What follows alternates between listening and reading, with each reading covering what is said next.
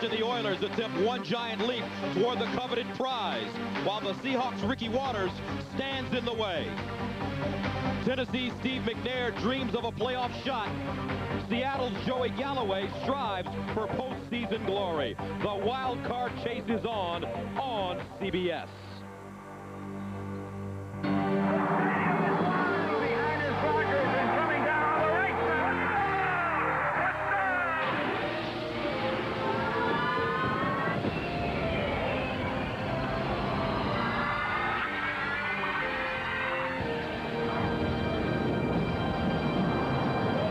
Rainy outside the Kingdome, 42 degrees, but it's warm and toasty inside. It's the NFL on CBS, where today the Oilers and Seahawks try to keep their playoff hopes alive. The wild card race in the AFC, it's going to be a dash to the finish. The Jets crushing Carolina as we speak. We've given them their 8th win, and look at Tennessee at the bottom, still in the chase at 6-5. Afternoon, everybody. Welcome to Seattle. I'm Gus Johnson. It's do or die time for both of these teams. In theory, the playoffs begin today for the Oilers and Seahawks. That's because neither team can afford a loss.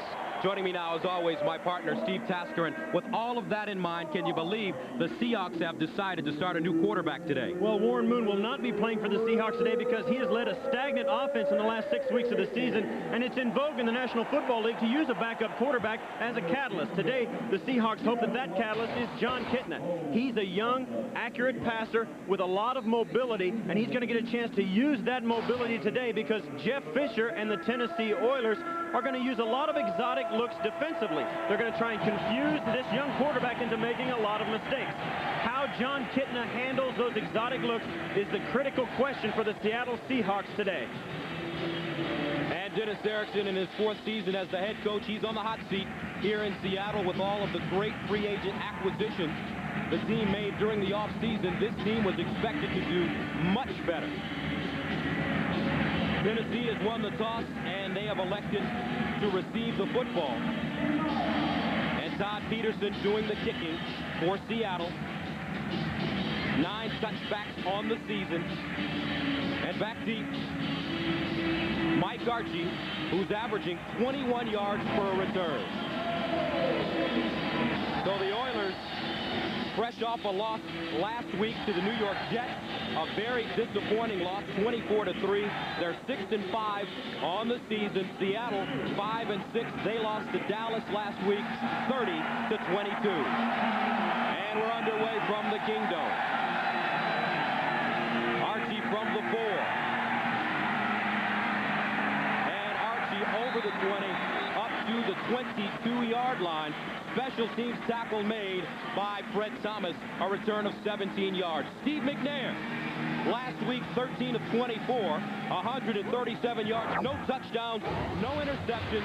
He's 18-15 as a starter, and he is developing more and more by the day, but he has not beaten Seattle in 2 previous encounters.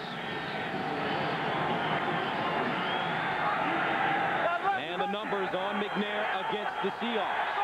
First down and 10 from the 21-yard line. Eddie George, the lone setback. Wycheck, the motion man.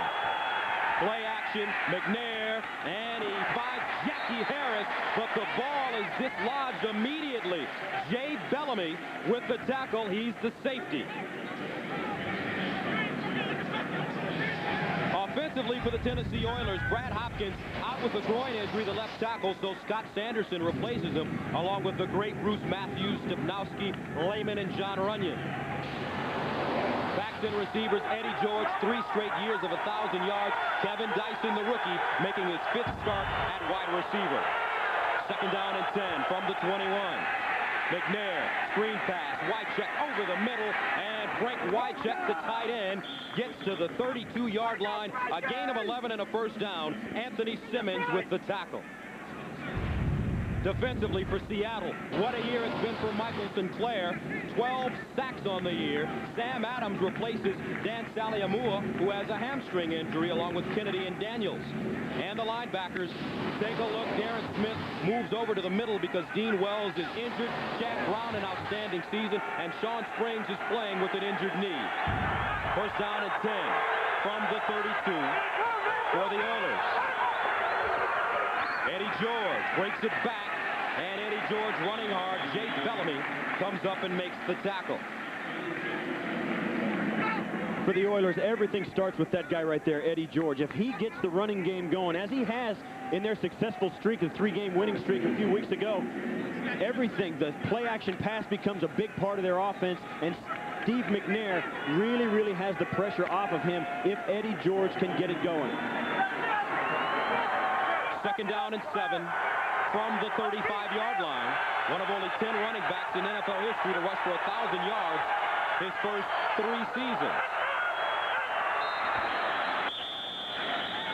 And it looks like Michael Sinclair may have jumped off sides.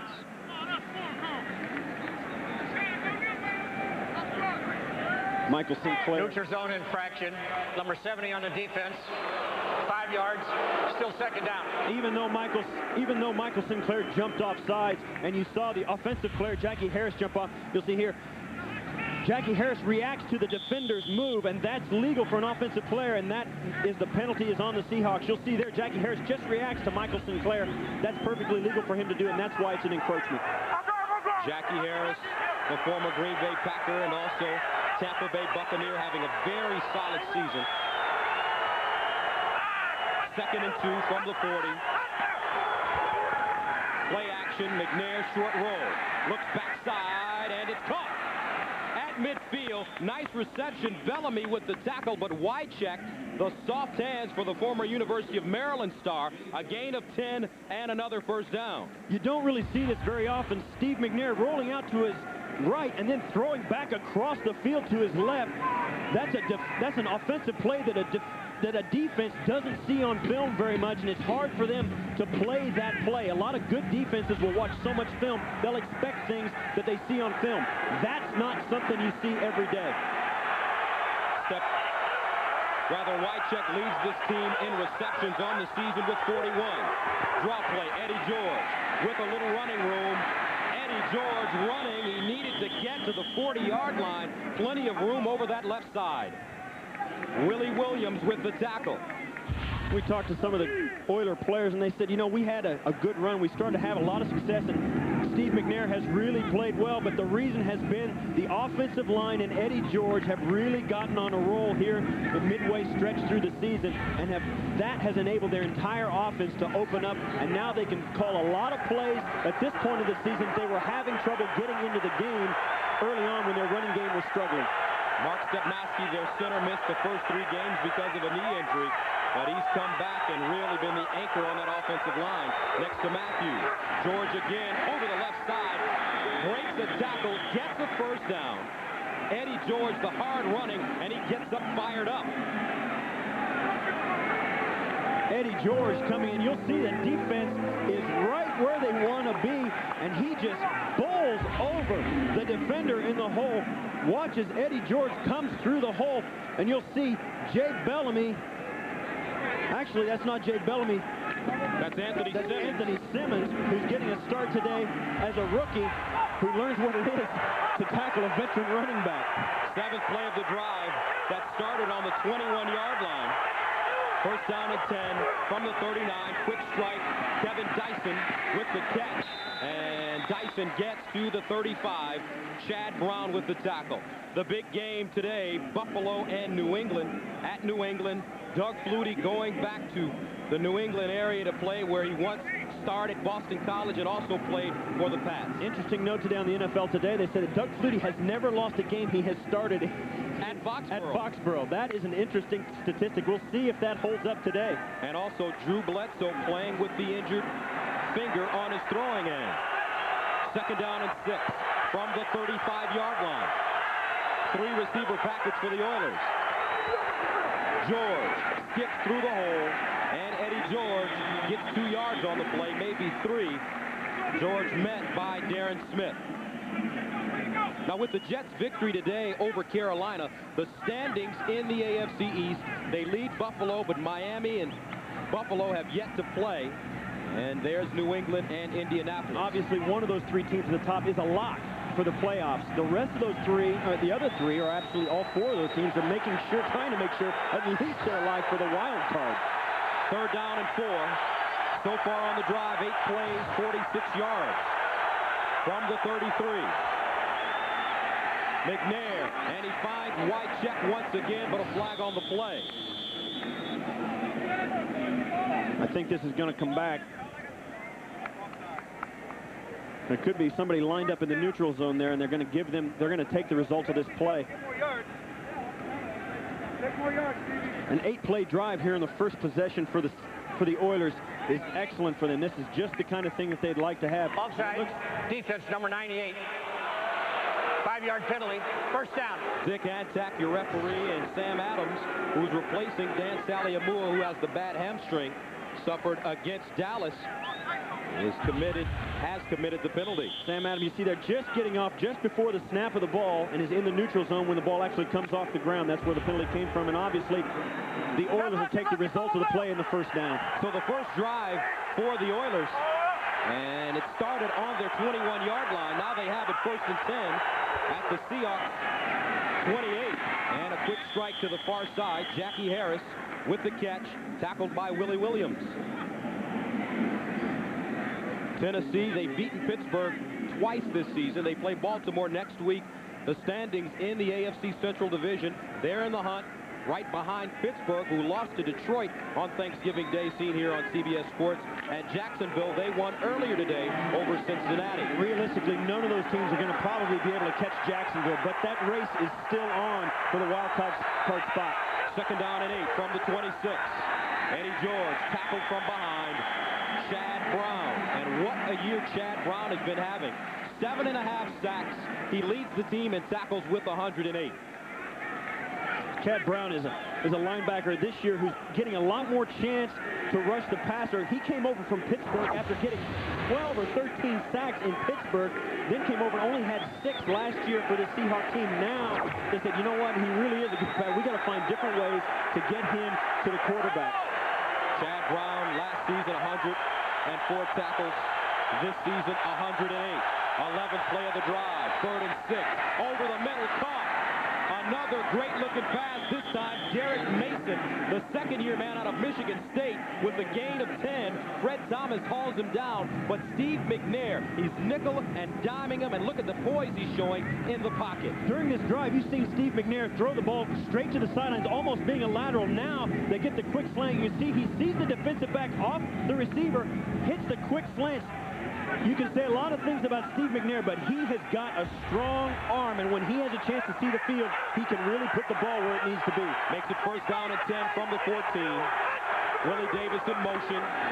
Eddie George running to the sideline, and he's pushed out of bounds. Anthony Simmons, the closest man there.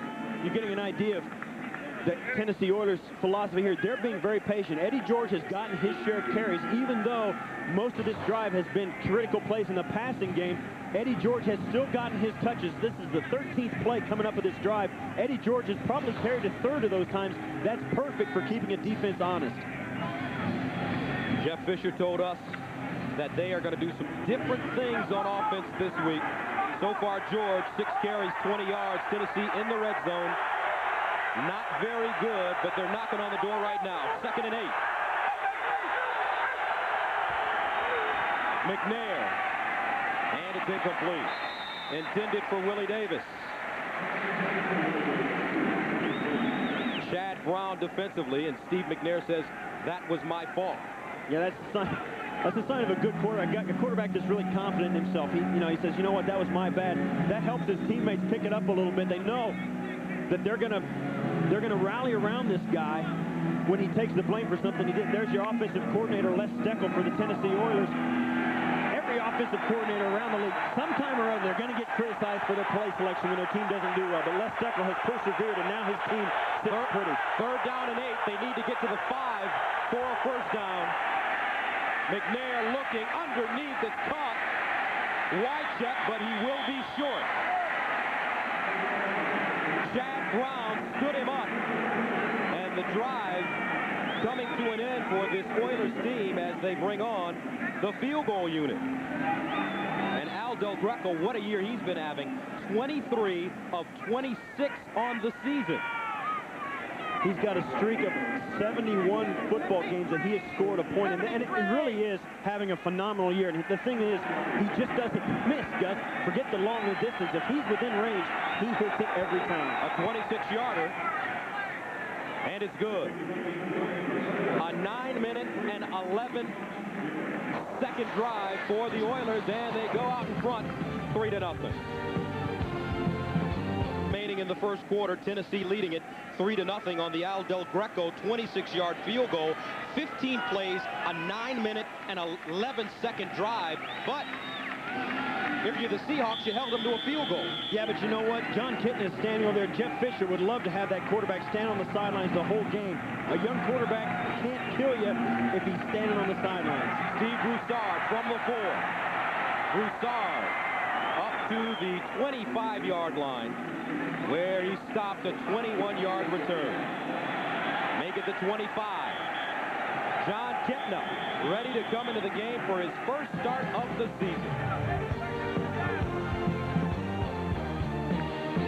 Sponsored by Southwest Airlines, proud sponsor of the NFL and official airline of the Super Bowl.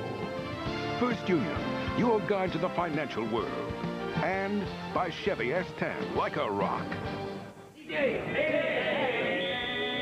Pike Place Market here in Seattle, where they throw those fish around like footballs. Tennessee leading it 3-0 in the first quarter of play.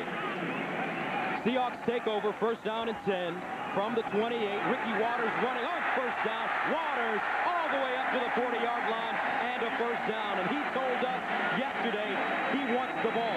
He wants to be the guy that they lean on when things go tough. He wants to be the guy that the team looks to make the play they need to win. And Ricky Waters, he says, you know what, give me the ball. You got to be patient with the run game. I can understand if the game dictates that they don't carry the ball as much, but you've got to be committed to it. Give the guy enough touches, plus give him some throws out of the backfield. He wants about 30 touches a game. Ricky Waters on the season has rushed for 832 yards on 224 carries. Kitna passing underneath, and it's caught at the 45-yard line. Fourier with the reception, tackled by Eddie Robinson and Perry Phoenix. So John Kitna from Tacoma, Washington. And he is the starting quarterback this week, replacing Warren Moon. They put him in the lineup because Dennis Erickson told us they need a spark, and his mobility may give them that spark. He's been a quarterback that has not made the silly mistakes you would attribute to a young quarterback. So he's got that as a positive in his ledger. Tries to dump it off, and it's incomplete on 2nd and 5. Now the supporting cast for this Seahawks team: Walter Jones, Pete Kendall on the left side, and Chris Gray replaces Kevin Glover, who's out with an injury. Habib and Big House Ballard is the right tackle. The backs and receivers: Ricky Waters, signed as a free agent coming over from Philadelphia, and Joey Galloway, one of the most dangerous wide receivers in the National Football League. 3rd down and 5 from the 45. They're 25% on 3rd down conversions this year. To the far side, caught Fourier, and a first down. That's a huge play for the Seahawks. You know, they have the 2nd lowest 3rd down conversion percentage in the National Football League, just behind the Giants. So this is a crucial statistic for them. Needed 5, they got 6. For Tennessee, a league low 18 sacks. Jeff Fisher not pleased with their defensive line. Anthony Cook starts in place of Pratt Lyons. The linebackers, though, they play well. Joe Bowden, first year in the middle, leads the team in tackles, and Perry Phoenix replaces Blaine Bishop as the strong safety. Bishop out with a knee injury. Ricky Waters again. And Waters picking up 6, maybe 7 yards on the play. Make it 6. Stopped by Bernard Walker. Those people who've seen Ricky Waters play all for the 49ers, for the Philadelphia Eagles, and now here in Seattle, he is an elite back in the National Football League. He's got great size, great running instincts. He catches the ball well out of the backfield. He's just a guy that is a total package as an offensive back, and he's very good, I mean, elite at all of those skills. 94, won a Super Bowl with the San Francisco 49ers. And Waters hopping to the 40-yard line. They need to get to the 30, maybe 8.5 for a first down. Eddie Robinson with the tackle. And what a fun guy to talk to. Ricky Waters, he has no problems telling you what's on his mind. No, he really doesn't. In fact, he said he was really happy about coming to the Seahawks. Not only do they have a lot of great talent on this football team, but they threw the ball constantly last year, and he wanted to come in, and they told him when he came in, as you can see here, he's on pace with the rest of his career, that he's going to be the guy to give them a running game. 3rd down and 2 from the 40. Kintner sprinting out and looks for the 1st down and has it. John Kintner, there's the mobility we talked about. Stopped by Joe Bowden. And actually, he is a big fan favorite here in Seattle. Well, that's the way it goes. The backup quarterback is always the most popular guy in town. He comes in and converts 2 straight 3rd downs. That's a big plus. And his father, Martin, his mom's name is Faye, and he went to Central Washington, an NAIA school, and the family had to take out a 2nd mortgage just to pay for his education. 2 terrific parents. Kintner out of the backfield. Waters makes the 1st man miss. Ricky Waters down to the 30. There's Waters out of the backfield, a gain of 9, and that is what makes him such a dangerous player. It's become so evident in the National Football League this year that a quarterback's main job is to get the ball into the hands of the guys who can make plays. Ricky Waters is that guy here in Seattle. Look at the spin move there on Samari Roll. He goes up, gets 9 yards on the carry. That's what a good quarterback can do. He doesn't have to do it himself. Give his tools a chance to work. Ricky Waters, 2nd on this team in receiving, breaks the tackle again, fumbles the football, but he was down. Ricky Waters down at the 25-yard line, but another 1st down. Marcus Robertson and Perry Phoenix, the safeties, with the tackle. You watch as he goes down. The ball will come out very late there. After his knee was well on the ground. And in fact, you can always tell the players don't even react to that fumble. They don't even try and chase it down. Everybody knew he was down. Waters so far, 4 carries, 24 yards, gets a hug from Dennis Erickson. Here comes the blitz. And he checks out of it. Broussard in the backfield. Kintner looking for Galloway. Intercepted in the end zone. Ball picked off. Denard Walker stepped in and made the play. You saw as he came into the line, he was going to call an audible, and he went to the play, and he was baited into it by the Oilers, and they ended up getting the big play defensively because they made him make a mistake. Changed the play at the line of scrimmage. You see here, they were in bump coverage, so John Kintner calls a deep pass here, and as he runs the play, the cornerbacks back out. Now they've got a cushion. You can't throw deep against that, and they baited him into a bad play. Brings the Oilers back on the field. They start from their own 20. McNair passing on 1st down, breaks the tackle. He can run. Steve McNair leads all quarterbacks in the NFL in rushing. 325 rushing yards, gets to the 25-yard line, tackled by Darren Smith. Now Monday on CBS, Rudolph the Red-Nosed Reindeer leads Santa into the Christmas season in one of TV's greatest family holiday classics, followed by Monday night's #1 comedy, Everybody Loves Raymond, and the show critics are calling the best new comedy of the year, Becker, starring Ted Danson. Then, one doctor takes an unforgettable trip for a last-ditch chance at life on LA Doctors Monday on CBS. And that is the end of the quarter. This is the conclusion of the 1st quarter. Oilers leading it 3-0. Play Tennessee leading it 3-0. Gus Johnson along with Steve Tasker. And Steve, 1st quarter, probably the fastest 1st quarter we've seen in a while. And the Oilers have the football on 2nd down and 4 at the 25-yard line. And underneath it's caught. Once again, Gus Johnson along with Steve Tasker. John Kintner, the knock on him, according to Jeff Fisher, could he throw the deep ball accurately? In all the film that Jeff Fisher had watched, he hadn't seen him do that. He'd only seen him throw the football down the field one time, and he wanted to watch him actually in warm-ups today to see what he could get him to do. And then you'll watch the end of the play. This is a poorly thrown football. It's got to be over the top all the way to the back corner of the end zone. That was not thrown very well by John Kintner. 1st down and 10 from the 30. Eddie George. Daylight gets all the way up to the 40-yard line. Willie Williams ushers him out of bounds. but Eddie George still picking up big chunks of yardage.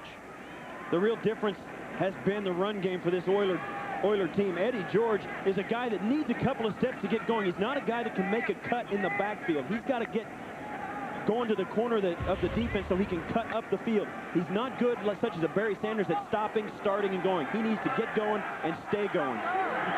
George gained 72 yards on 20 carries last week against the Jets in the loss. 7 carries, 34 yards so far. Empty backfield. McNair tried the quarterback draw, nothing doing. Anthony Simmons closed down on the play. The rookie out of Clemson. One of the things you risk when you go empty is that there's nobody to pick up. You don't have as many guys to block, and the defense will send one extra guy, and Anthony Simmons comes in along with Chad Brown. Both linebackers come off the corner, and there's just not enough people to pick them up. Seattle tied for second in the National Football League with 41 sacks, one fewer than they had all of last season. Now equal, 42 sacks, second and 11 from the 43. George again, straight ahead, smash mouth football, and Eddie George picks up maybe 5. Michael Sinclair with the tackle. Now Monday on CBS, catch the new hit comedy that critics are calling the best new comedy of the year. It's Ted Danson like you've never seen him before. An all-new Becker Monday on CBS.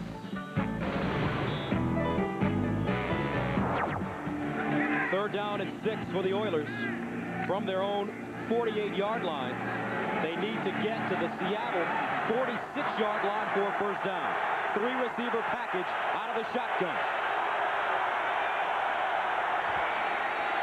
McNair steps up and goes down. Michael Sinclair, 13th sack of the season.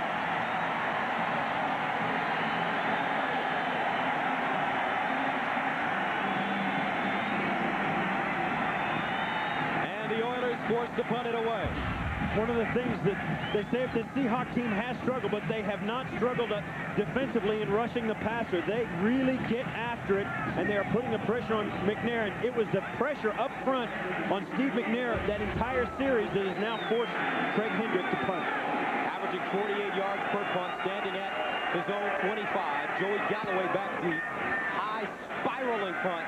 Galloway fades back to the 9. Up the sidelines, and Galloway goes down. Special teams tackle made by Dannon Sidney. 52-yard punt, 8-yard return. Michael Sinclair, the Seattle sackmaster. Leading it 3-0. 12:04 remaining in the second quarter of play. First down and 10 for the Seahawks from the 18. Ricky Waters met in the backfield and goes down immediately. Great looking play. Samari Roll with the tackle. They brought the DBs up late into the line of scrimmage and just sliced through the protection, tackling Ricky Waters. You'll see here, watch them come right from this area, right into the backfield. There's just not enough guys. Ricky Waters, that's not the kind of day you'd like to have as a running back. Take the handoff, get tackled before you take a step. Roll, a rookie from Florida State, began the year with a neck injury. Second and 15 from the 13. Hitler, near side, caught and dropped. That's what's been killing the Seahawks team. Mike Pritchard had the ball, but he dropped it in front of Denard Walker. The timing was just a little bit off on this play.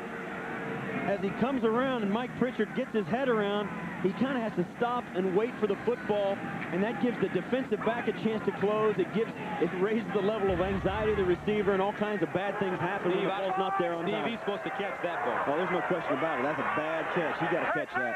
Third down and 15 from the 13 for Kitna. Out of the shotgun. Kitna.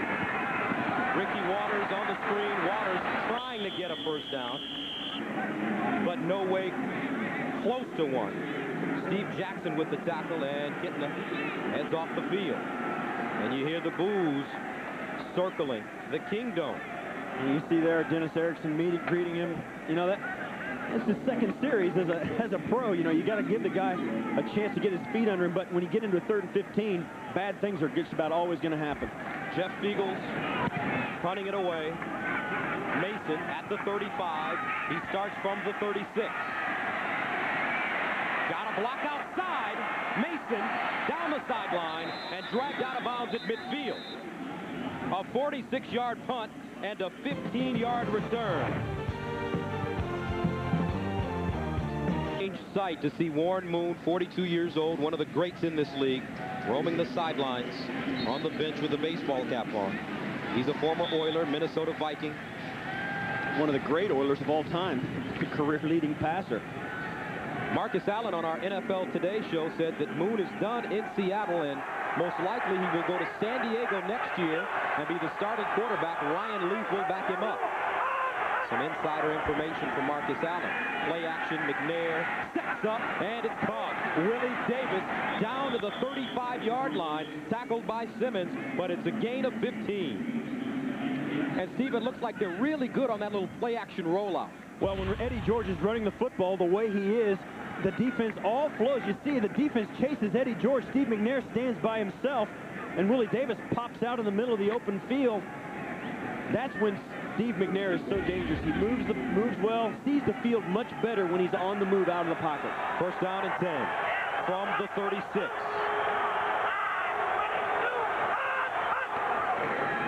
Eddie George between the tackles, and George picks up a couple of yards on the play. We talked about Warren Moon, but how about the other guy? David Craig played for the Seahawks from 1980 through 1991 and is the all-time leader for Seattle in passing yards and touchdown passes. You don't see that very often. The backup quarterback for each team is the other team's career leader. It's got to be a strange experience for both those guys, seeing the uniforms that they had such great careers in on the opponent's sideline. Second down and 7 from the 33. McNair out of the backfield.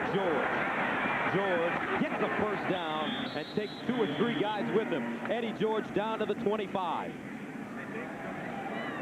Darrell Williams with the tackle.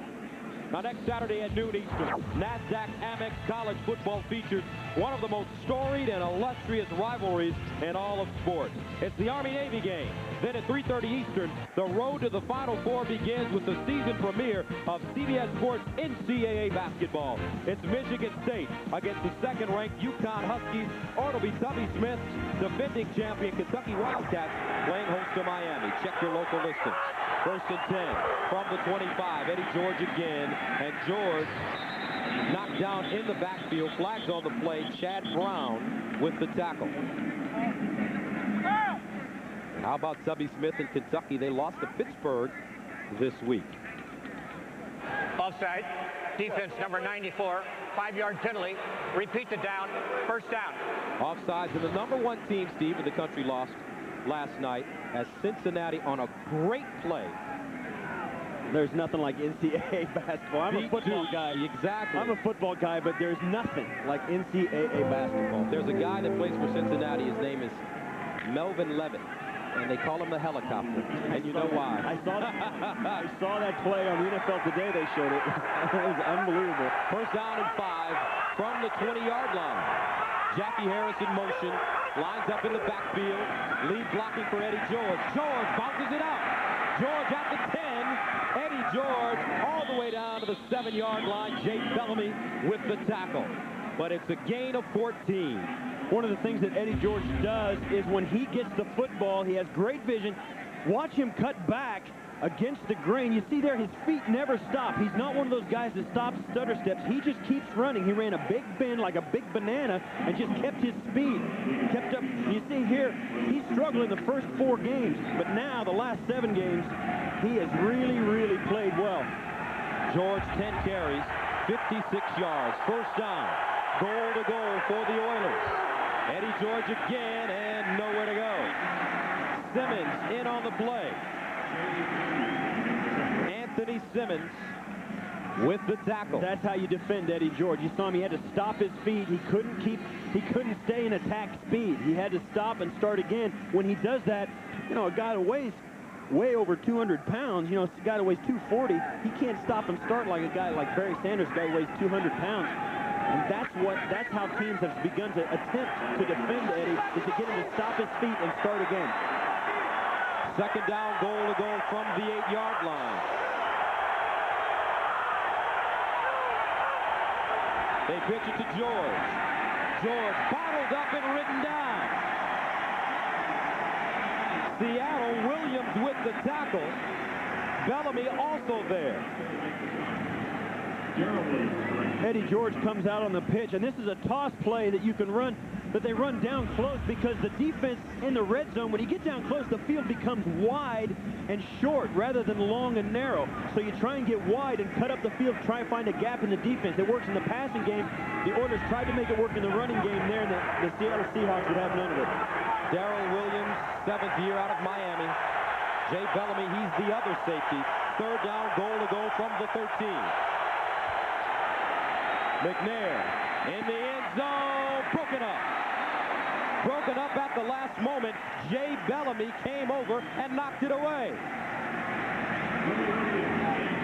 Great defensive stand here by the Seahawks. You see McNair, watch Wycheck turn around. He tries to get it to him and just can't get it. It's a good thing he got a hand on it because there were 3 or 4 Seahawks all over that ball. They all got a great break on it. They read McNair's eyes and swarmed to the ball and almost came up with the big play. So it brings on Al Del Greco for a 31-yarder. He's already good on a 26-yarder this game. And the 31-yarder, automatic Al. 5 minutes, 57 seconds remaining, and the Oilers lead it 6-0. By Wendy's new Steakhouse Bacon Cheeseburger.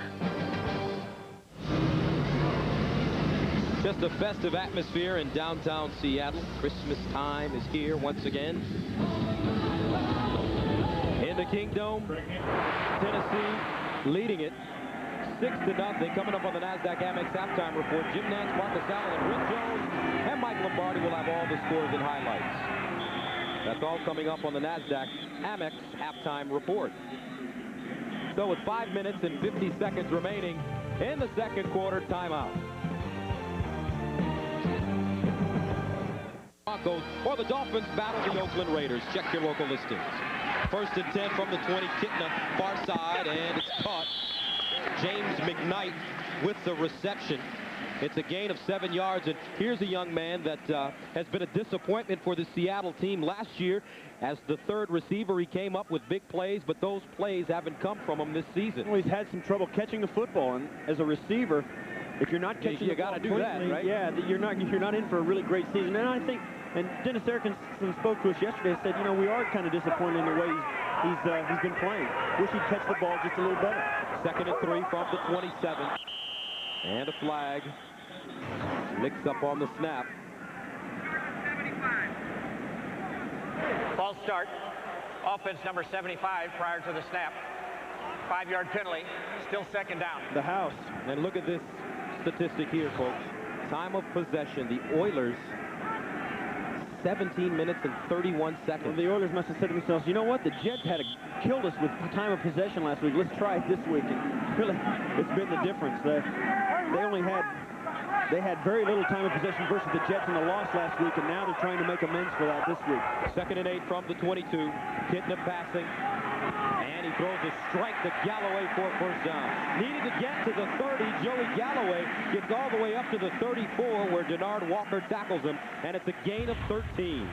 When you talk to the defensive backs for the Tennessee Oilers, you know, you say, what about Joey Galloway? Is he, you know, just one of the guys you're going to do anything special, or is he just one of the guys? And they go, well, he's definitely not just one of the guys. This guy is something special. He is an elite wide receiver in the National Football League. And I'll tell you what, Gus, you can count those guys on one hand, how many of those guys there are, and he's one of them. 44 catches on the season, 5 touchdowns. The pitch, Ricky Waters. Waters tumbles forward and gets to the 40-yard line. So Ricky Waters. He comes out to the corner, and you can see as he'll come out here, he's just looking for a spot to turn it up, and it looks from the sideline, there's no place to go. There's guys everywhere. He picks a spot, makes a cut, and stumbles forward. That's a great 1st down play for 5 yards. Anytime you can get 5 yards on 1st down, your team is doing very well offensively, and really, that's been the difference. Ricky Waters is a guy who's played extremely well for Seattle thus far this game. They need to get him the football more. 2nd and 6 from the 39. McKnight in motion. Kitna crushed on the release, and the ball is incomplete, intended for Mike Pritchard. But Kitna hung in there until the last moment. Eddie Robinson really delivered a lick. Just as he comes in, this is Eddie Robinson right here coming off the corner. John Kitna sees him coming, but stands in and knows he's going to get hit, but still has to stand in. That's being a pro quarterback. You got to stand in there, take the hit, and put the ball out there where it can be completed. But he couldn't get enough on it, throwing the ball as he was falling backwards, and it was broken up. Went to Central Washington, about 90 miles east of Seattle. He's 6 of 10, 46 yards. They need to get to the 44-yard line for a first down. Out of the backfield, Waters has the first down and more. And there's Dag. Gain of 15 for his son and the Seahawks, and the chains continue to move. And what an interesting story on how John Kitna ended up in Seattle. As a matter of fact, Dennis Erickson's nephew, Jamie Christian, played for Eastern Washington, and he kept telling his dad about a pretty good quarterback, so he went to see his nephew play, and once he saw him play, broken play here, and Kitna goes down. But once he saw him play, he decided to give him a workout. And then as it developed, when they were supposed to work John Kitna out, the scouts didn't show up. Dennis Erickson finally had to go out and work him out himself, and then signed him to a contract, liked what he saw, and it's one of those stories where John Kitna came out of high school. He said he weighed 165 pounds, and by Christmas break of his freshman year, he was up to 195. So that's the kind of hard work the guys put in, paying his dues in the World League, and as a backup. 2nd and 10 from the 47. Kitna on play action under pressure, down the seam, incomplete. Ball thrown behind James McKnight.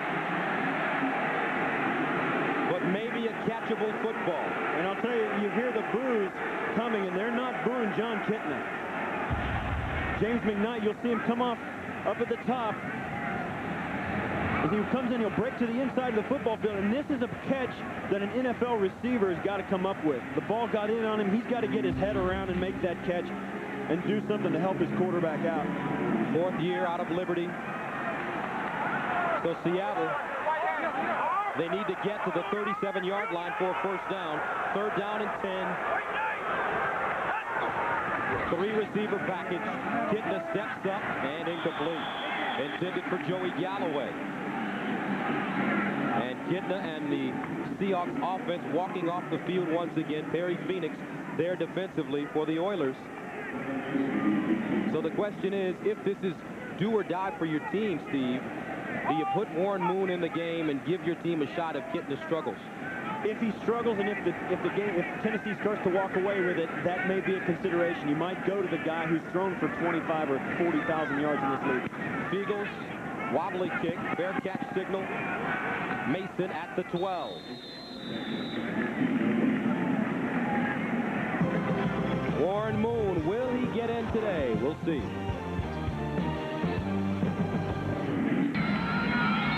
.2:26 remaining in the second quarter. Tennessee leads it 6-0. Gus Johnson along with Steve Tasker from the Kingdome in Seattle, Washington. 2 Al Del Greco field goals, a 31-yarder and a 26-yarder. That's the difference in this game.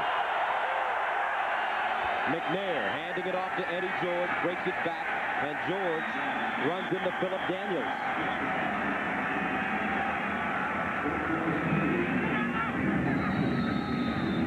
Now Monday on CBS, a man with 6 weeks left to live wants a radical treatment. Now, one doctor will take an unforgettable road trip to Mexico for a last-ditch chance at life. An all-new LA Doctors Monday on CBS. 2 minutes and 13 seconds remaining in the second quarter. Timeout on the field. Remaining in the second quarter, Oilers lead the Seahawks 6-0. And Tennessee has the football. And for the Oilers, Steve McNair has been spreading it around. 5 passes to his tight ends, 2 to his receivers, and 1 to his running back, Eddie George. They've been ridiculed for not getting it to the wide receivers enough to take the pressure off the running game and to make the defense play them on and get their wide receivers into double coverage. With Yancey Thigpen out of the game, and who has been injured for 6 weeks, he's a big free agent they got from Pittsburgh. with him out of the game, they've had Kevin Dyson in, who's a rookie, who's trying to get it done, but their wide receiver production has faltered. And Jeff Fisher said, you know what, we need more production. We just flat need more production from our wide receivers. We've got to try and get them the football. 2nd down and 9 from the 14-yard line. McNair under pressure. Adams chasing him. McNair breaks contain. McNair, first down.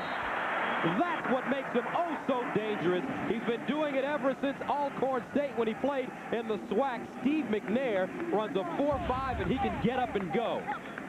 Watch Sam Adams come right up the middle and get a good pass rush. Steve McNair sees it, but watch as he breaks contain. These guys just can't catch him. Cortez Kennedy's got no chance to catch him. And finally, Darren Smith, who is a fast linebacker, forced him out of bounds, but not before he can get the first down. Steve McNair is an absolute weapon when he tucks the ball and runs. And when he does it and when he doesn't, and how he uses that ability is the key to their offense. We're at the 2-minute warning. 2 minutes remaining in the first half. Tennessee leads Seattle 6-0. Coming up on the NASDAQ Amex halftime report, Jim Nance, Marcus Allen, Brent Jones, and Michael Lombardi will have all the scores and highlights. That's all coming up on the NASDAQ Amex halftime report. First down and 10 for the Oilers from their own 24. Draw play. This time it's Mike Archie with big running room. Archie all the way up to the 45-yard line. Tackled by Bellamy and Williams. 21-yard gain. Watch how this opens up right in front of Mike Archie. He's just going to come this way and right up the middle of the football field. Look how Bruce Matthews leading the way. Frank Wycheck out there. That's a great draw play executed perfectly. First down from the 44. McNair throwing on first down. Scrambles out of the pocket, throws on the run. Great catch on the sideline, but he was out of bounds. Kevin Dyson couldn't keep both feet in bounds. Had to extend after the football, tried to reach down with his toes and just didn't quite get it done. Watch it, he tries to get him inside. You see 1 foot in, 1 foot out. Excellent call by the official. And it was almost a phenomenal first down for the Oilers. Last year at Utah, that probably would have been a catch and a first down. He was the 16th overall pick. First wide receiver taken before that guy in Minnesota named Randy Moss. It might have been a first down if they were at home. Exactly. 2nd down and 10 from the 44. 4-receiver package for the Oilers.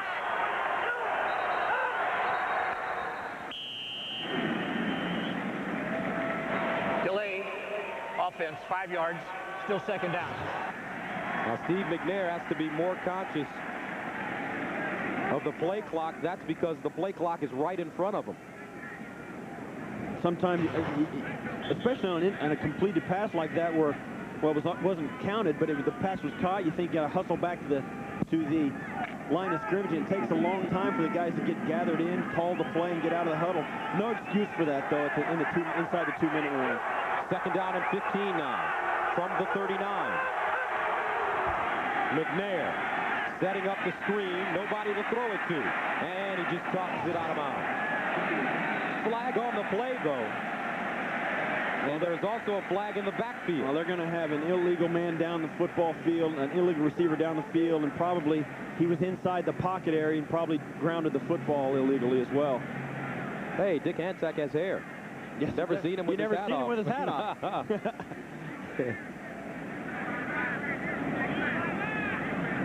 Dick Hancock and his crew called 22 penalties on the 49ers earlier this year in one game.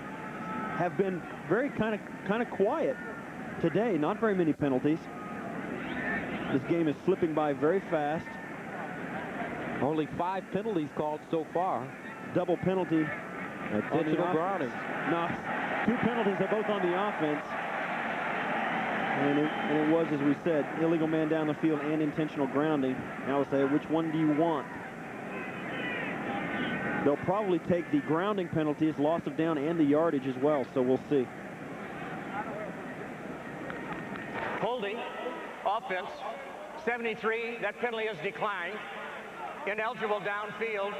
Offense, number 67. That penalty is declined. Intentional grounding, number 9. That penalty is accepted at the spot of the foul. It is loss of down, 3rd down. a trifecta here on the football field for the Oilers. This is the tackle box right between these hash marks. He's right in the middle of the field. If he gets outside of there, then he can throw the football wherever he wants. But since he doesn't and he ends up there, and when he throws it away, he's still right in the middle of the football field, that's illegal. So now the Oilers face with third down and a long 26 from their own 28-yard line. The first down marker is at the 46-yard line. McNair steps up out of the backfield. Archie wrapped up at the 34. Chad Brown with the tackle. Seattle will get one more chance. And a timeout on the field called by the Seahawks. 1:12 to go. To get the ball back on offense. Hendrick standing at his 20, and Joey Galloway all the way back at the 17. Spiraling kick. Galloway up to the 25, catches it on the run, and gets out of bounds at the 35. So one timeout remaining for Seattle. John Kitna getting instructions before coming back into the game.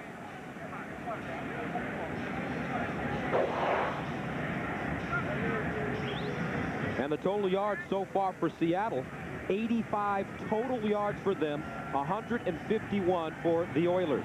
Plus time of possession has been skewed way in the Oilers' favor.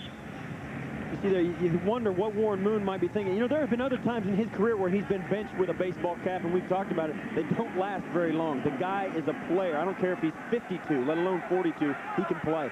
First down and 10 from the 35. Waters in the backfield. Oilers showing blitz. They back out of Kitna. Fourier with the reception at the 40. Christian Fourier also having a nice season. 21 catches on the year, and they're in the hurry-up offense. Second down and 4 from the 41. Kitna again on the slant, almost intercepted. Wow. Darrell Lewis had a beat on the football.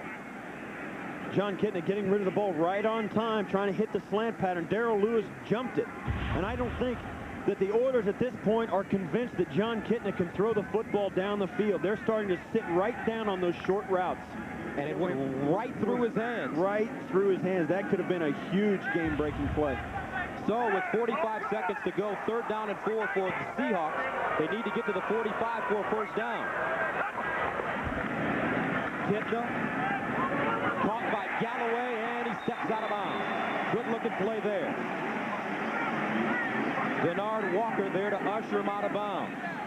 Clock stops, and the chains continue to move. You know, Joey Galloway is one of the great receivers when he can come out and make a quarterback look good. He just moves away, a little push-off there.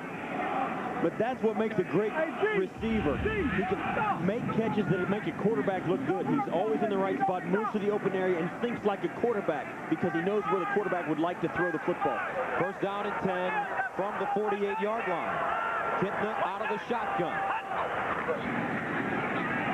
Looking down the field.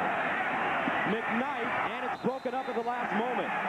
Denard Walker breaks up the play, and the ball was slightly underthrown. That was a good play by Denard Walker. He was in position perfectly, looking back for the football.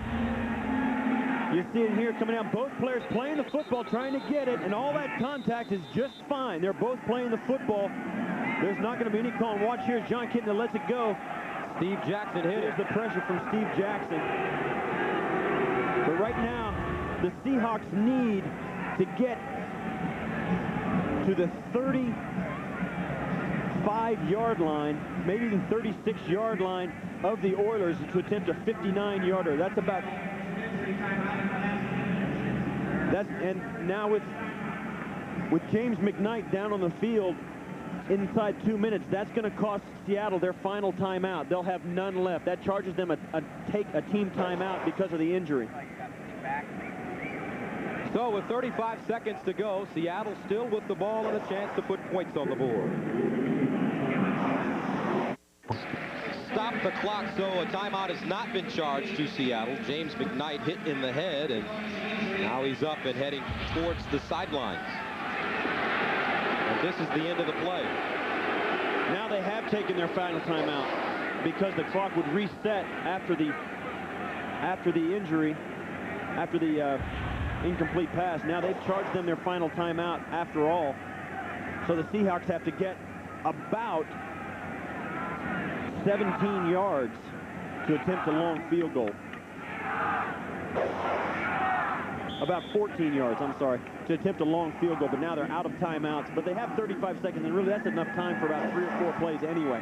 3 receivers in the game. Joey Galloway wide to the far side, along with Mike Pritchard. Kidna steps up underneath. Ricky Waters with the catch. Waters picks up a first down, gets to the 37. It's a gain of 11. Clock continuing to move. 22 and counting. And Kidna spikes the ball.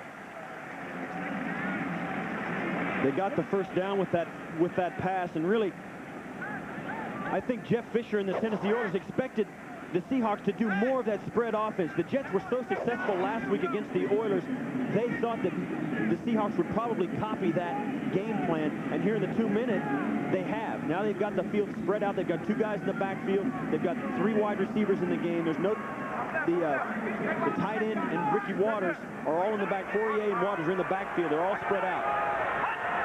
2nd and 10 from the 37. Kidna again under pressure. Shovel pass. Ricky Waters heading to the sideline, and he gets out of bounds at the 31. A veteran play by Ricky Waters. Excellent. With 12 seconds to go. Gives them a chance for 1, maybe 2 more quick out or throws down the field to get out of bounds. If they do complete a pass over the middle of the field, they may have enough time to spike the football, but right now they are just on the fringe of a 50-yard field goal, so that's well within attempting distance. Now what they want, maybe they'll take 1 shot at the end zone down the field to get a touchdown. Other than that, they're going to have to settle for a long field goal attempt. Todd Peterson is 13 of 16 on the season. 3rd down and 5 from the 32. 3-receiver package. Kidna again looking for Galloway, and it's incomplete. Galloway held up by Denard Walker with 7 seconds to go, and they bring in the field goal team. This will be about a 50-yard attempt for Peterson. 1 of 3 from 50 and out this season. Ball spotted at the 40-yard line. Jeff Fiegels is the holder. A 50-yard attempt for Todd Peterson. It's up. And good.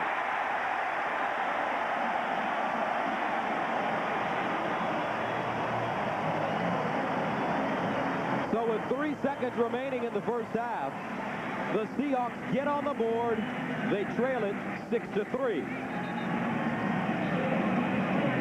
You've got to feel really good if you're the Seahawks coming in the 2-minute drill, getting some points, and after you've played an offensive half of football and don't have much to show for it, you're only down by 3 points going in at halftime, and you've got to feel like you're going to play better in the second half. Dennis Erickson knows his kicker's not that accurate from outside 50, but this one is right down the pipe. 3 seconds to go. 6-3 Oilers. Scoring in this game so far, Tennessee leads at 6-3. Tennessee got on the board first. A 26-yard field goal by Al Del Greco, followed by a 31-yard field goal by Del Greco. And this will be the end of the first half, and then Peterson added a 50-yarder, and we head to halftime with the Oilers leading the game 6-3. Coming up next, it's the NASDAQ Amex halftime report after this message and a word from your local station. Jim Nance with you from the CBS Broadcast Center, and my coin flip experts alongside. That's Brent Jones, Marcus Allen, Michael Lombardi. We're watching this Oilers game. All field goals here so far. In time of possession, Marcus, 2-1 in favor of Tennessee right now. Well, Tennessee's doing a great job. You know what? Treat a rookie like a rookie. Blitzing from the front side, blitzing from the back side. They're bringing guys from all over the place, forcing them to play faster than he wants to. John Kidna is under pressure, and he's making some errant passes. All right, when Seattle's been down at halftime this year, 0-4, and the Seahawks are down by a field goal right now at the intermission. Also, the Saints have just picked off Dan Marino. Rob Kelly returns it 79 yards for a touchdown, and the Saints winning at Miami as the Dolphins are trying to keep pace with the Jets, who won earlier today. And the Bills are also trying to keep pace, but Drew Bledsoe is playing with the broken finger, index finger on his throwing hand. He is still coming. You saw the big ovation they had back at Foxborough for Doug Flutie, but how about Bledsoe here? Yeah, Bledsoe's done a good job, and he rose up to the challenge. I felt like they were taking a big risk by playing him. I thought they should have waited another week, but he's made the throws, especially out in those flats. The running backs, you see Derek Cullors getting the ball and scampering into the end zone right here. All right, so 2 touchdown passes, and the Bills get on the board as we speak. The field goal by Christie hits the left upright, but still goes through. All right, Washington and the Raiders. Kaufman is over 100 yards, including a touchdown, but the Redskins win on the road, are leading on the road right now. Eagles and Green Bay. So far, the Eagles, 5 possessions, 5 punts, no first downs.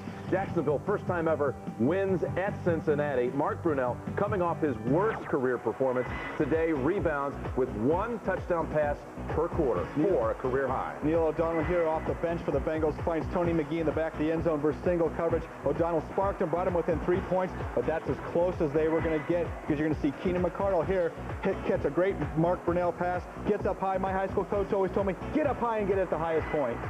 Our locker room is great now. You know, we know what we have to do. It's a stretch run. It's November, December. That's when the great teams step up. And they're stepping up with a 9-3 record, now a 2-game lead over Pittsburgh in the division, and the Bengals, meanwhile, have dropped 7 straight. Hey, the Colts at the Ravens. What an intense scene it was as the Colts had their first trip back to Baltimore since pulling out in March of '84. Art Modell said, hey, there's a mandate. We got to win this game to win over this city, and they had to withstand a big day by Peyton Manning. Marshall Faulk races out of the backfield and beats double coverage. What are the Ravens doing, Jim? Well, the Ravens saw Manning throw for 355, but they had their own answer. That was Priest Holmes with this touchdown run. This was the winner. Holmes over 100 yards. And after the game, Jim Harbaugh gave the game ball to Johnny Unitas, who was on the sidelines today pulling for the Ravens. All right, Carolina pummeled by the Jets as New York wins its 5th straight at home. First time that's happened since 1986. And the Jets were just having a ball, spreading it around today. Well, come December, you want your offense clicking on all cylinders. And here's Curtis Martin. He's clicking on all cylinders today. Runs right past the whole Carolina defense, cuts back, goes 60 yards. He looks sharp. Keyshawn Johnson caught some big balls. You know what? He caught him. He said, let me run one, too. Here's a little reverse. Check this out, Curtis Martin. That's what he's saying, all the way into the end zone. Curtis Martin's exceeded the 1,000-yard mark rushing for the 4th time in his career. But look at Keyshawn Johnson. What are you trying to steal some of his thunder on the ground with your first rushing TD? No, really. It's just something that we've been working on for quite a while and trying to, get it in our game plan. And once the flow of traffic was going with Curtis to the right a bunch, we decided to go back to me to the left. And you saw the owner, Leon Hess. He said just yesterday, this is going to be our year. Maybe it will be. Jets now 8-4. Atlanta's the 3rd team to qualify for the playoffs with their victory at St. Louis. And yes, they did call heads. No coin gate here in St. Louis. And how about the quarterback situation, Michael? Steve DeBerg, replacing Tony Graziano, was ineffective for a touchdown pass to Terrence Mathis. Chris Chandler was hurt, but the Falcons won this game with Jamal Anderson's running and their defense. Their defense dominated the Rams, and that's why they finally won a game with their backup quarterback in. And Anderson 188 yards today. Arizona falls to 6-6. Chiefs into 6-game losing streak. Gannon 3 touchdown passes. 3 touchdown tosses also by Trent Dilfer, including 1 on the last play of the half. Bears stunned here. It was 14-all, and here we go. Last play of the half. Hail Mary, and watch Bryce Hunter come in from the right side of your screen as Dilfer launches it deep. Our own Mike Lombardi said you can't come in from out of bounds, but you can if the ball's touched. Bryce Hunter comes in, catches the ball off the ground, though, Jim. That is ruled incomplete in this league. They called it a touchdown. Bring back replay. That gets reversed if replay's in effect. There he is, Mr. Replay, the pregame show. Replay promised us on the NFL Today. Replay will be back next year. All right, so the Bucs end a 7-game losing streak on the road, and we'll continue with the NFL on CBS in just a moment as we watch Kitna get picked in the first half. CBS Sports presentation of the NASDAQ Amex halftime report is sponsored by the NASDAQ Amex Market Group. A 50-yard field goal by Todd Peterson, and at halftime, the Seahawks trail the Oilers 10-3. CBS Sports coverage will continue after word from your local station. You're watching the NFL on CBS. Of the first half, not a lot of scoring for either team. No, and it really centers for the Seahawks around John Kitna. The Oilers have really thought, when they came in, they didn't believe he could throw the deep ball accurately. Jeff Fisher said, you know what, if they can't do that, we're going to sit on their routes. I think what they're doing is when he tries to throw the ball out, he's got to get it out on time. They're going to sit down and make him throw the football deep. They're going to take away all the short stuff because they don't really believe he's got a strong enough or accurate enough arm to go deep. To Kitna's credit, he's seen his receivers drop a number of passes in the first half of play. James McKnight dropping passes for the Seahawks. And the thing you got to say about him that's positive is he does get the football out of the pocket on time, and he has stood in there, taken a couple of hits and thrown the football away a couple of times. He hasn't made the big mistake other than that first interception that the defense baited him into throwing. Also for Seattle, in the first quarter, Ricky Waters had 4 carries for 24 yards. In the second quarter, he carried the ball twice for -1 yard. Eddie George, though, first quarter, 6 carries, 20 yards. Second quarter, 7 carries, 30 yards. So Tennessee a little bit more committed to running the football. That's the commitment to the running game that makes you a good football team and gives you the best chance to win. Steve Broussard carried Joseph back deep. This is Broussard from the 6. Steve Broussard over the 20, up to the 23-yard line, a 12-yard return.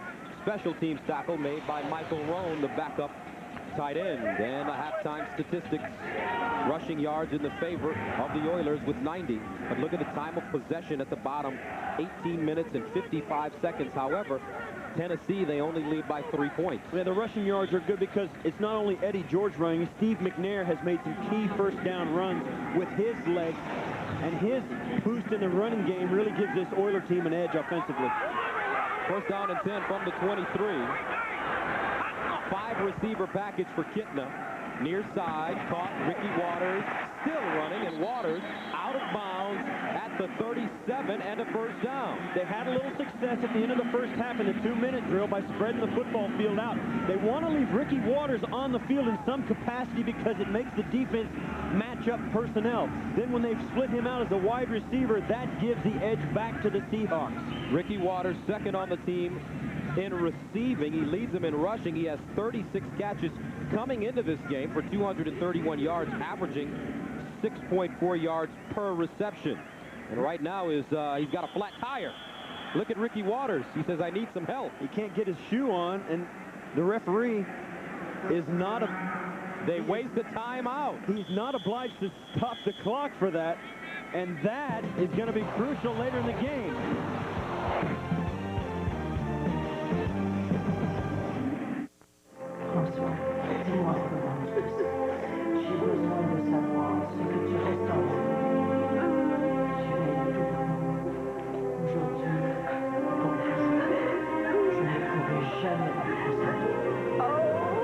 Want to get away? Now you can until April 2nd with Southwest Airlines Friends Fly Free. Just buy a round-trip full-fare ticket and a friend flies free. You are now free to move about the country.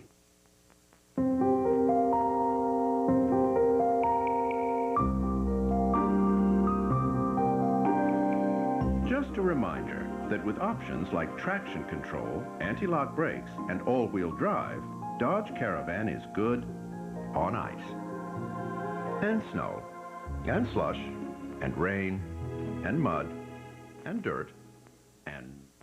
Now get 1,000 cash allowance or 1.9 financing on Caravan. Oh, Peter Lynch. I'm Susie, your stress technician, trainee. Not to worry. Here we go. Wow. Under control. This reminds me of the stock market. It can just shoot up without warning. Sure can. And then drop. 25% or more, 4 times since 1970. You know, Fidelity can help you better prepare for the market's ups and downs. For the free guide, Investing in Volatile Markets, call 1-800-FIDELITY or visit fidelity.com. Well, you're stress-free. A shocking decision. I had an abortion. Because you didn't like the sex of your baby. On a controversial new episode of L.A. Doctors, CBS Monday.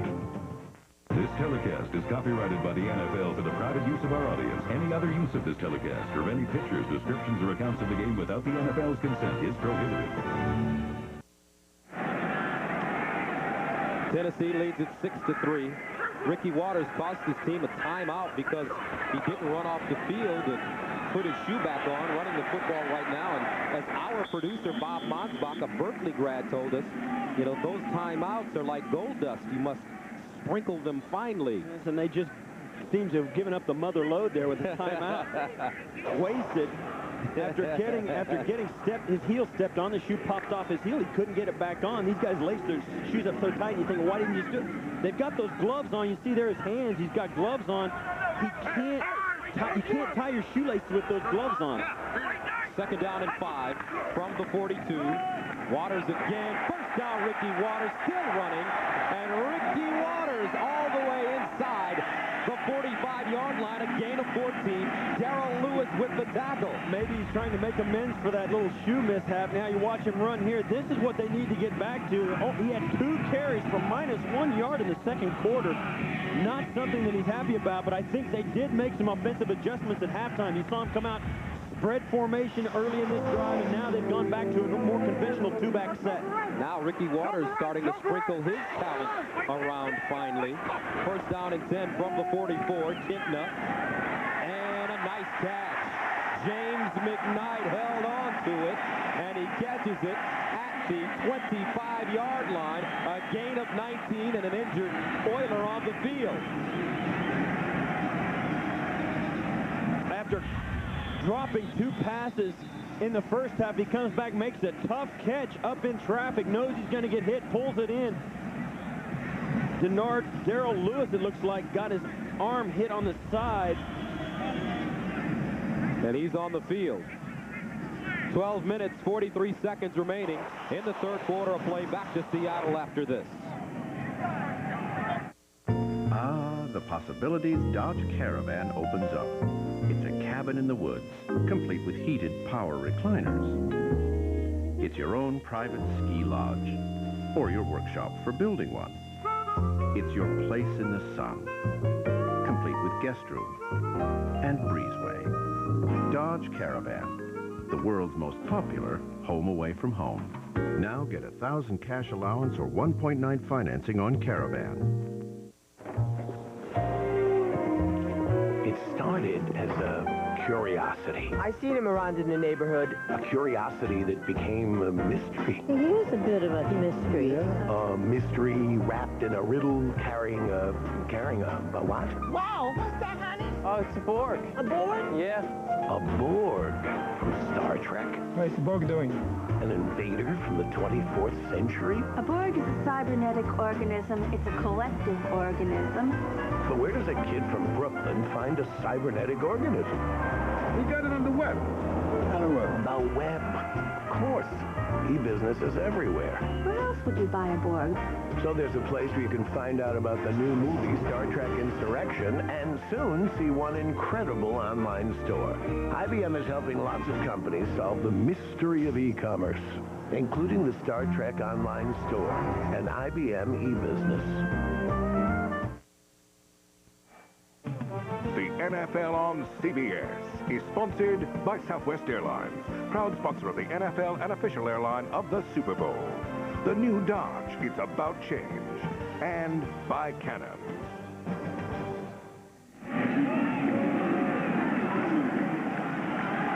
Back in Seattle, Seahawks with the ball at the Tennessee 24-yard line. Out of the I formation, Ricky Waters, the deep back. Kintna passing over the middle, caught Joey Galloway. And Joey Galloway chopped down inside the 20. Tackle on the play made by Steve Jackson. A moment ago, you saw Darrell Lewis stay down. Watch here as his elbow, and watch as his own player, Marcus Robertson, making a tackle, gets hit by friendly fire. He did walk off under his own power and is back in the game now. Second down and 5 from the 19. Ricky Waters. And Ricky Waters down to the 15. Eddie Robinson in on the play. He makes first contact. Very close to the first down for the Seahawks. And now with Ricky Waters running, they're really, really looking like they have got a good offense now. They're not struggling. They're running the football well, and it all comes back from the feeling you get by watching them run the football. They didn't run the football well enough in the first half, and that was the difference in the success that they didn't have. And Ricky Waters told us you have to be patient with the running game because it makes everything else a little bit easier, especially the passing game. It really does, and the play-action passes become so much more a part of your game plan. That's a whole facet of your offense. As you see there, they got the first down. It's such a huge part of your offense because when you can fake the run to a guy like Ricky Waters, the defense collapses all over him, and all of a sudden your receivers are running free down the football field. It's a simple concept, but it doesn't work if you don't have a run game that's working. And Ricky said that usually happens in the second half when the running game starts to really affect the opposing team. Especially a back like Ricky who likes to pound on the defense. First down and 10 from the 14-yard line. Galloway, the motion man. Kitna looking over the middle, and it's dropped. Eddie Robinson defensively, and Christian Fourier, the intended receiver. Chat live with 49ers receiver Jerry Rice this Tuesday night at 9 p.m. Eastern on America Online at keyword Team NFL and on the web at NFL.com. Eddie Robinson, the former Jacksonville Jaguars, picked back up by his former team, the Oilers, at the beginning of the season. 8th play of the drive, started on the 23, 2nd and 10. Kitna running it himself. Kitna dives forward and gets to the 10. John Kitna changed that play at the line of scrimmage, did that earlier in the first half, and was picked off on a pass play. He called his own number, the quarterback draw there, spread the formation, the backfield was empty, nobody in the backfield, took the chance that maybe they would forget about him and not put anybody on him man-to-man or shadow him. Was held to a gain of 3. 3rd down and 7 from the 11-yard line. Max Strong, Ricky Waters in the backfield. Galloway, the motion man. Kitna dumps it. End zone, short. Fourier dropped it. Live ball, no whistle on the play. Joe Bowden picked it up, and it looks like Tennessee may have it. And there's an injured player at the 5. Fourier, but a Tennessee Oiler is wiped out at the 5-yard line. Fourier is down on his back, got hit right as he tried to punch the ball in. An Oiler is also down. You see Dick Hantak here. We'll see what his explanation will be here in a moment. But two players are down. Pass interference, offense number 89. That penalty is declined. The result of the play was a fumble recovered by Tennessee. First down. Wow. And 2 players down. Fourier is the closest man to the end zone. Watch here, Kitna. Look, he'll find Fourier standing by himself. He turns, and he's just going to plow into the end zone. But no! A huge hit by Marcus Roberson, and that is a fumble, and it's a good call. Bernard Walker is the injured Oiler on his back at the 5-yard line. You'll see here there was a pass interference, offensive pass interference called, and you'll see here, this is him right here.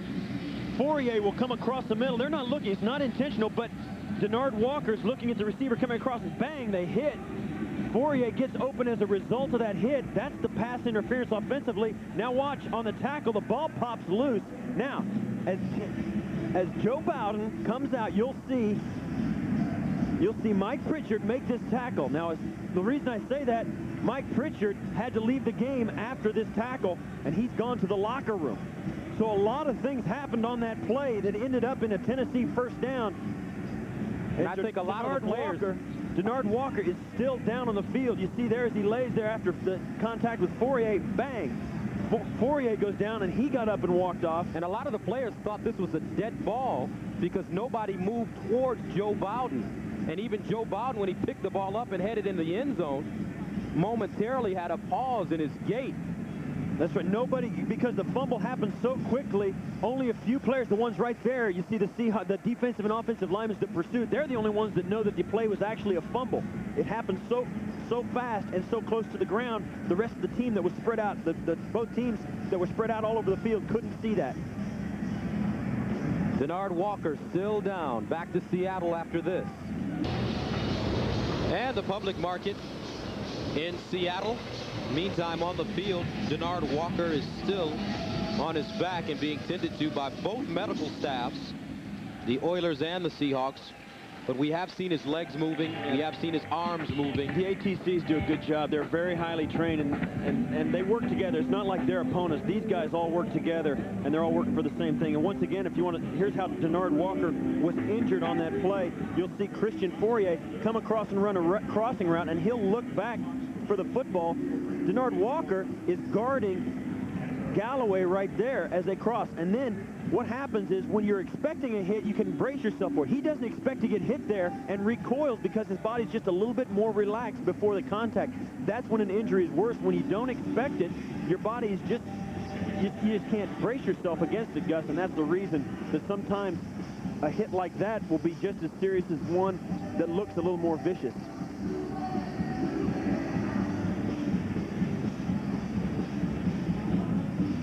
And Jeff Fisher, who was on the field tending to Denard Walker. Lost in all of this is the fact that his team actually got the ball back from a sure scoring opportunity that the Seahawks had. And now the teams have to sit around and say, you know, the offense has to go out and start getting warmed up. Steve McNair's throwing footballs on the sideline. But the ATCs work on Denard Walker, and it's the longer you see a player lay on the field, Gus, the further your spirits drop as a teammate, even as an opponent. And when they finally are able to get Denard off the field, the Seahawks are faced with not only losing the football, but giving up an opportunity to score points as they trail this game 6-3. And we mentioned Mike Pritchard, who made the tackle on that interception. He has been taken in, and his right hand is being x-rayed. Always a scary moment when you see the stretcher brought out and the cart.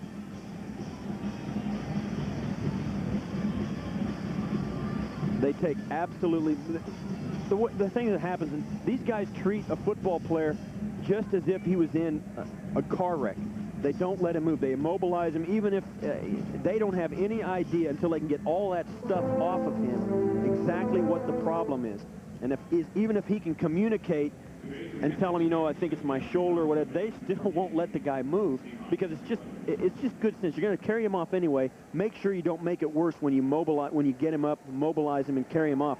Just make sure that you treat him, you treat the guy like he's an egg. I mean, you just don't want to crack his shell. Fourier, who created the contact, running into Denard Walker, and then got pounded on the goal line and coughed up the football. He drew a penalty because he came across, and it's offensive pass interference because Denard Walker, it was actually what they call a pick play that it turned out they called a pass interference. You see here, he stops Denard Walker from running with Mike Pritchard right there. And that's where the penalty came from. And then he received the big hit from Marcus Robertson to cough the football up, giving Joe Bowden the opportunity to recover it and run it out to the 5-yard line where it now sits.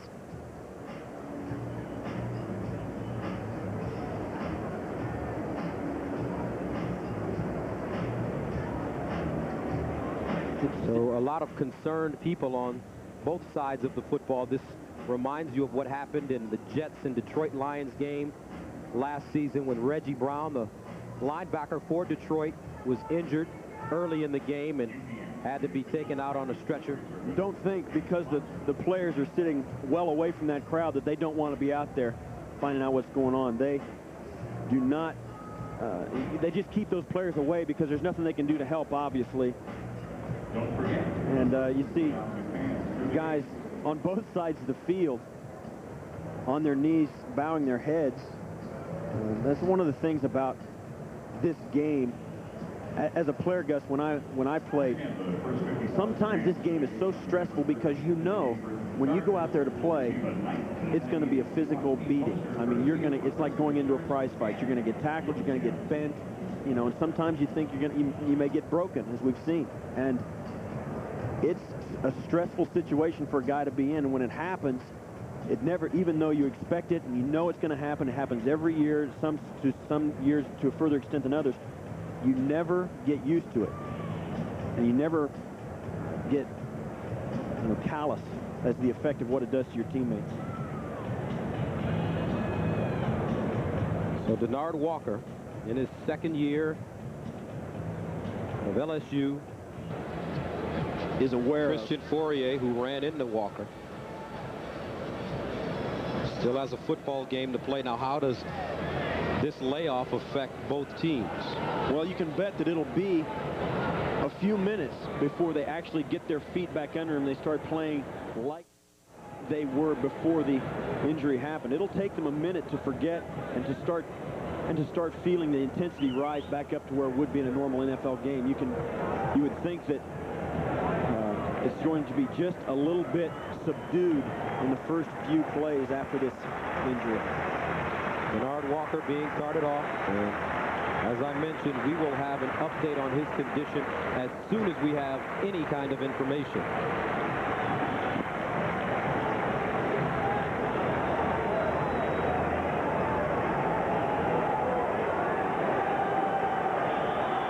But now a football game.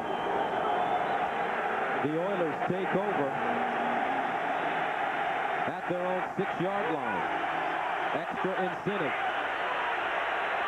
After a 17.5-minute delay for Seattle, giving up the football when they were in striking range. And Eddie George is tripped up by Jay Bellamy. And Eddie George now is down.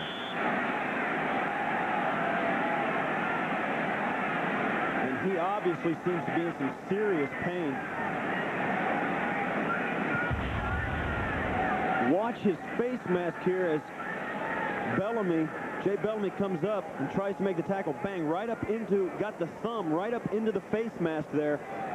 And you see there, that's why Eddie George is on the ground. It was unintentional, obviously, just trying to get a hand on George as he went by. But the thumb got into the face mask. And that hurts.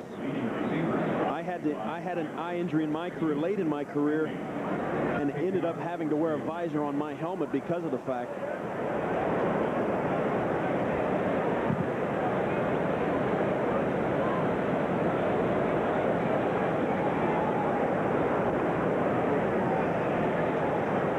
So Eddie George now down and being tended to. Just a bizarre sequence of events. It looks like Eddie, though, is okay. You can see there, shot right into his eyes. And that is a great sign.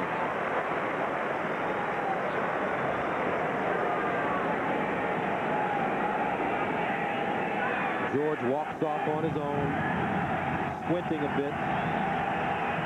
He's got 49 yards rushing on 14 carries. And one more look at the play. You'll see here Jay Bellamy breaks down to make the tackle, and as Eddie George looks to move on, he just reaches out, and the thumb gets into the eye of Eddie George. Second down and 11 from the 5-yard line. Thrown in motion out of the backfield, and the right guard jumps.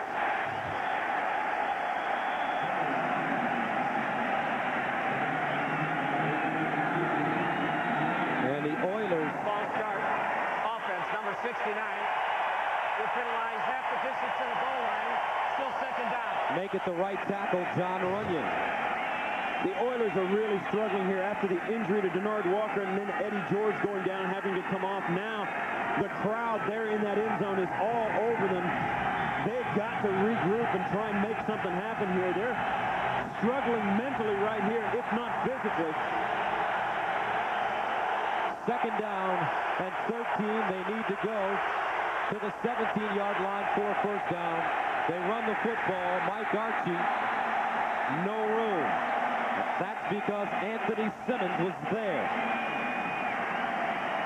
Just trying to get some breathing room in their own end of the football field, but the Seahawks are having nothing about it. The front four for the Seattle Seahawks are a good group of all-around defensive linemen. Michael Sinclair can rush the passer. Sam Adams and Cortez Kennedy are loads in there on the inside, and they're tough to root out of there. And when you're trying to get it out of there and they know it's impossible. Third down and 13. They need to get to the 17-yard line for a first down. McNair passing out of his own end zone. Down the field, McNair broken up.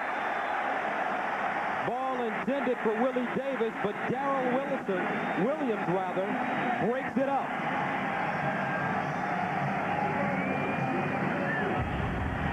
You'll see here as the ball comes down, it's thrown a little bit to the inside of the field.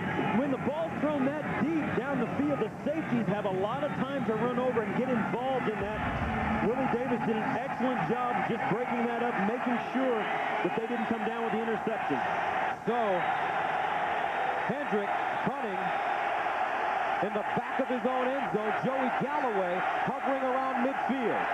And the crowd in the end zone rarely getting on it. No pass rush. Hendrick got away up beauty. Galloway back to the 40. Up the sideline. Galloway out of bounds at the Tennessee 40-yard line. Flag on the play. May have even been a late hit. The flag came very late from way down the field.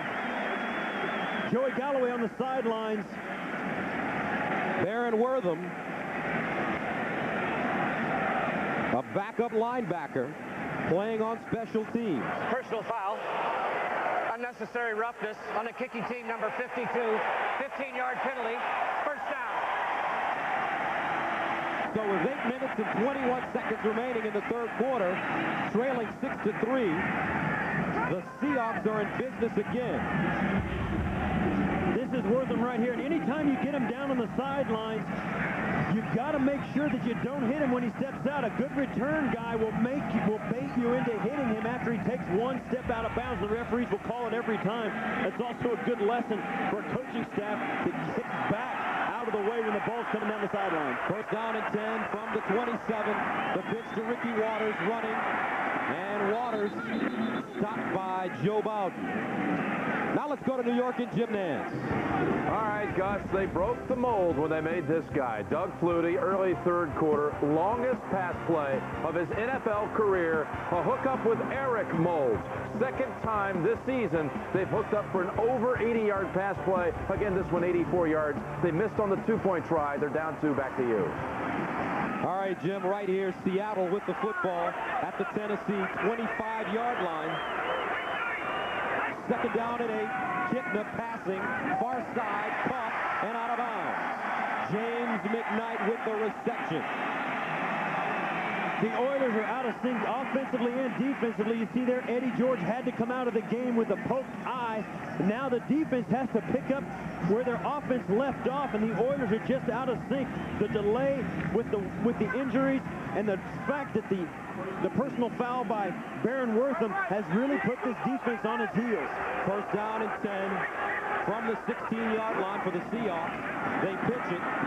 This time, Amon Green running the football, subbing for Ricky Waters. First time we've called his name today. The former Nebraska star tailback. He's a rookie. And he was stopped on the play by Henry Ford.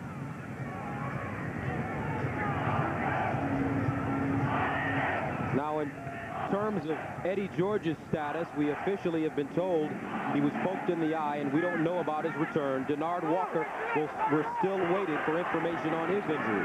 Kitna rolling out of the pocket, throws, and it's caught. Nice looking grab. Brian Blades caught the ball as it was thrown behind him. Eddie Robinson with the tackle, a gain of 10. And they're excited about it here. Brian Blades has been a good receiver here in Seattle for a long time. He's a guy that when you describe him, the first thing you talk about is fearlessness. He goes over the middle, and that's the kind of play that you need to get a team excited. Right now, the Seahawks are hitting on all cylinders. Seahawks with the football at the Tennessee 6-yard line. And the numbers on Kitna, 17 of 28, 161 yards. Play clock winding down. They got it off. Quick strike. Joey Galloway smelling the end zone. Touchdown.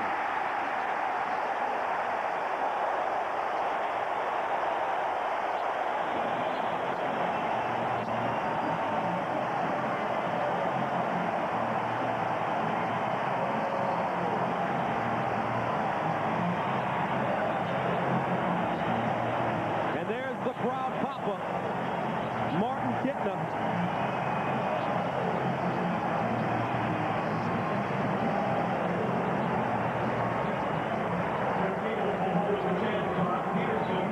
Todd Peterson in to attempt the extra point. And it's good. 6:02 remaining third quarter. The Seahawks lead it 10-6. The Seahawks taking advantage of the emotional boost, or the emotional lull that the Oilers are in after the penalty. Watch here, John Kintner. He's got single coverage out on Joey Galloway, one of the most dangerous guys in the league with the ball in his hand, one-on-one in an open field with Samari Rolle. And Eddie Robinson tries to get out late and help, and it's too late. Joey Galloway runs the 40-yard dash in a heartbeat. And what a great play by Kintner. He was falling down on the play and still got the ball out there. He got the ball out there, but he took one step back off the center and just wheeled it out to Joey Galloway. Once he did, Galloway was barely in the end zone before Kintner was celebrating on his back, jumping on him. There's Joey Galloway, his 6th touchdown of the season. He has 4 catches for 36 yards. Finally, a little bit of life here in the Dome. The scoring drive, 5 plays, 27 yards, and they scored in 1 minute and 46 seconds. And the penalty on the punt really costing Tennessee. Oilers ready to return it. Mike Archie from the 3. Bounces it out at the 25 and out of bounds at the 30-yard line. Stopped by Jay Bellamy on special teams. Now Eddie George, as we have been told, his return is questionable, and look at that right eye.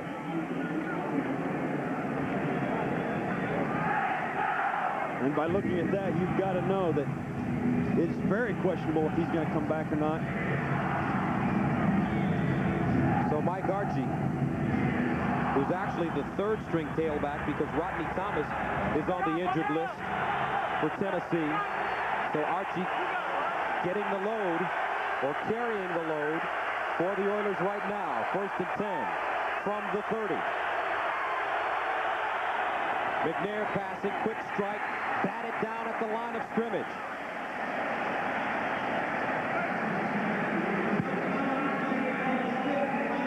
Not sure who got it.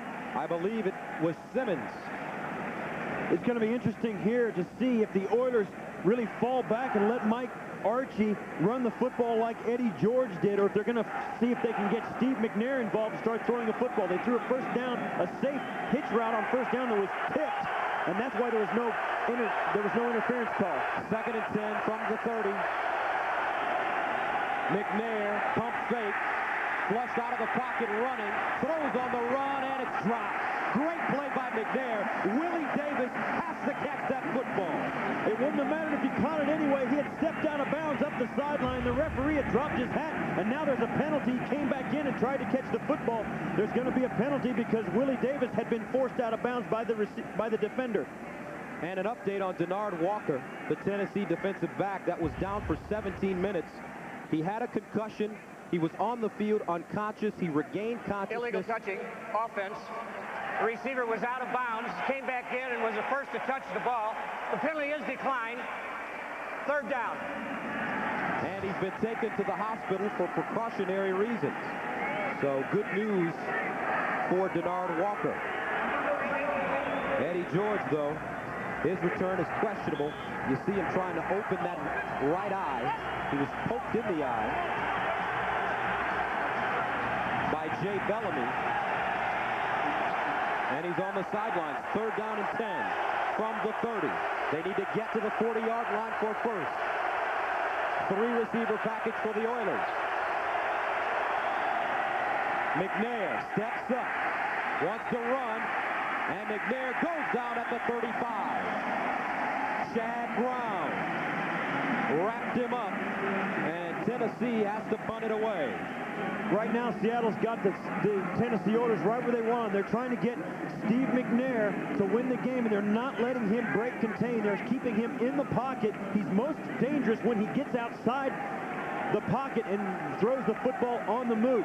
But in that case, he tried to tuck it and run, and the pursuit from the pass rush got him. Hendrick at the 20. Galloway back deep at the 15. Another high booming kick, this time Galloway with the fair catch signal at the 19-yard line, a 46-yard punt for Hendrick. Next Saturday, NASDAQ Amex College Football features one of the most illustrious rivalries in all of sport, when the cadets and the midshipmen clash in the Army-Navy game. Join CBS Sports for all the excitement of this uniquely American spectacle. Next Saturday at noon. Seahawks with the football at the 20. Kitna coming back into the game. Remember, he started today in place of Warren Moon, his first start of the season. Started the first half slowly, but has really started to find a little bit of rhythm here in the second half.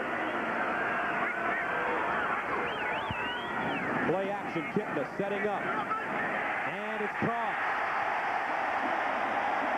Mike Pritchard. Looks like his hand is okay. That's a gain of 26 yards, tackled by Perry Phoenix. And that was a nice long throw right down the middle of the field by John Kitna. Earlier in the game, he was having trouble finding his receivers down the field, but that was to the sidelines. Over the middle of the football field, he's hit him extremely well, and that's a great game for Mike Pritchard.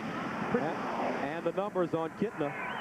19 of 30, 193 yards, a touchdown, and an interception. He's completed his last 5. Ricky Waters. And Waters tumbling ahead inside Tennessee territory. Phoenix again on the tackle. That's another way that the Seahawk offense can demoralize this Oiler team. Give the ball to Ricky Waters on first down and let him get 4 to 5 yards. That running game has become so important in the second half because they've established their ability now, earlier in this quarter, that they can throw the football. Second down and 6 from the 49. Ricky Waters. And Waters, a big opening first down.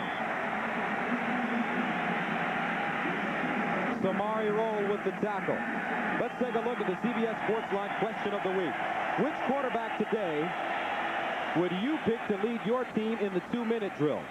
This is an easy one. John Elway, Brett Favre, Dan Marino, or Steve Young? Log on to vote at cbs.sportsline.com or on America Online at keyword CBS Sportsline. That is an easy one. I go with John Elway. You have to go with John Elway. Play action, Kitna going for the home run for Galloway. Incomplete. Boy, put a little pop on that pass, Steve. He had a little something on that one. That ball was a high rainbow coming out of there. And you know what? With a guy like Joey Galloway, just throw that football out there. Let him run to it and make the great play. And getting back to John Elway and the 2-minute drill. I mean, John Elway, as Jeff St. Aramond, our BA, has told us, John Elway has led his team to 45 fourth-quarter comebacks. So it looks like he probably is the guy. That's it. That's the guy. Second down and 10 from the 42. Kitna. Far side, and it's caught and out of bounds. Pritchard again. You can see now the effect that they've had now throwing the football down the field. Now the Oilers aren't sitting on those short routes like they did earlier in the game. Mike Pritchard coming out. This Kitna throws out. He knows the receiver's there, and he throws it before the receiver's out of the break. And that's just an easy completion. Earlier in the game, they were trying those things, those routes, and the Oiler defenders were squatting on them, not biting on it, not honoring the deep route. Gain of 9, third down and 1 from the 33. The pitch to Waters. Ricky Waters, though, loses yardage. And what a great tackle. Baron Wortham, who committed the penalty, drops Waters for a loss. Baron Wortham comes from the inside just in the nick of time. Watch Ricky Waters coming in. Bang! There's Baron Wortham. the same kind of tackle he put on Joey Galloway on the sidelines, he put on Ricky Waters there to keep him from the first down. So the Seahawks decide to go for it on 4th down. On the season, they're 4 of 12 on 4th down conversions. They need 2 yards. It's a good opportunity for him to do that. It's a play action. Kitna in trouble. Incomplete. And the Seahawks give up the football. The Oilers played that play perfectly. They tried to get their mobile quarterback out of the pocket and give him an opportunity to make something happen. If the pass isn't there immediately, he has the opportunity to try and run for the first down. But Eddie Robinson stuffs the play, and Kitna has to get rid of the football. And at that moment, the route was supposed to develop a little bit later. You see there, as he just doesn't have time. And Ricky Waters is really upset. He is really upset. First down and 10 from the 34.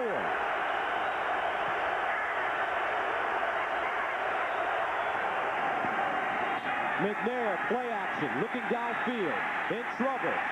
And McNair scrambles, gets over the 35-yard line up to the 37. Cortez Kennedy making the tackle from behind.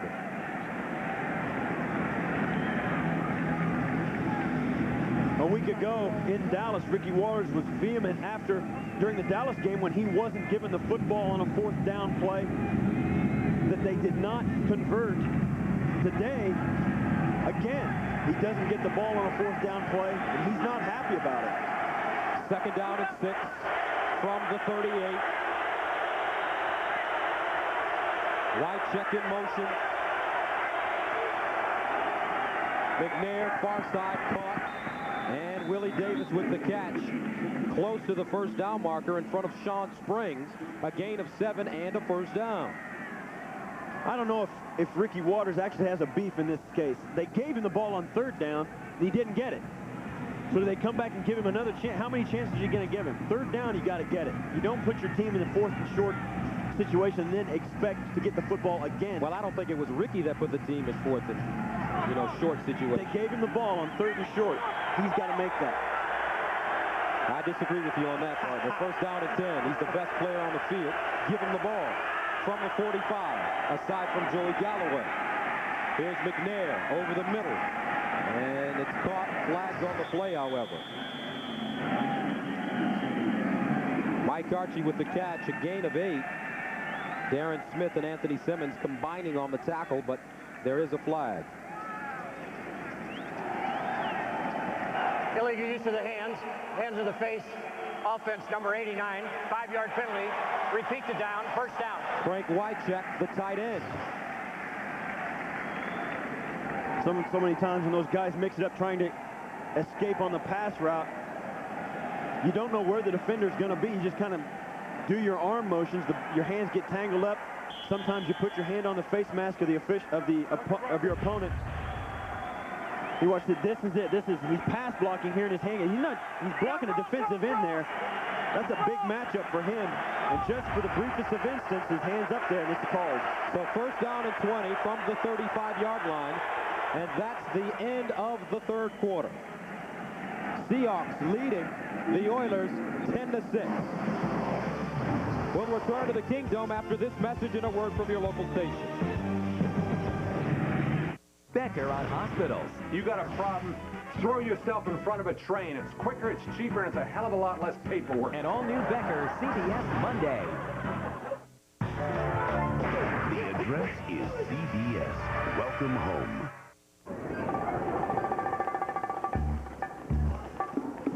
Like your bacon.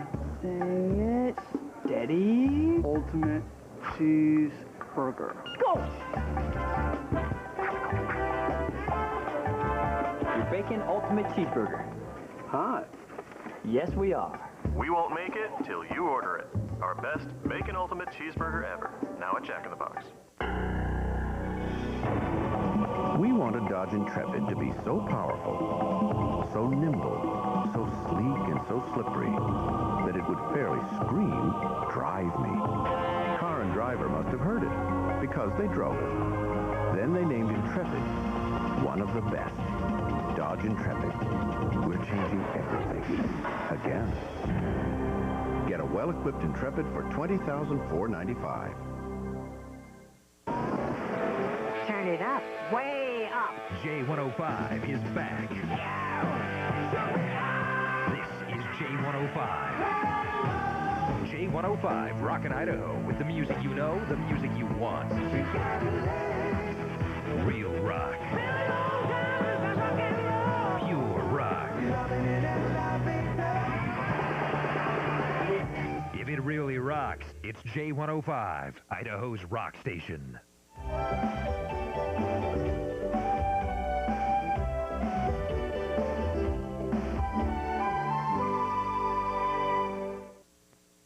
Giving him a visor to put across his face mask, and he's preparing to go back into the game.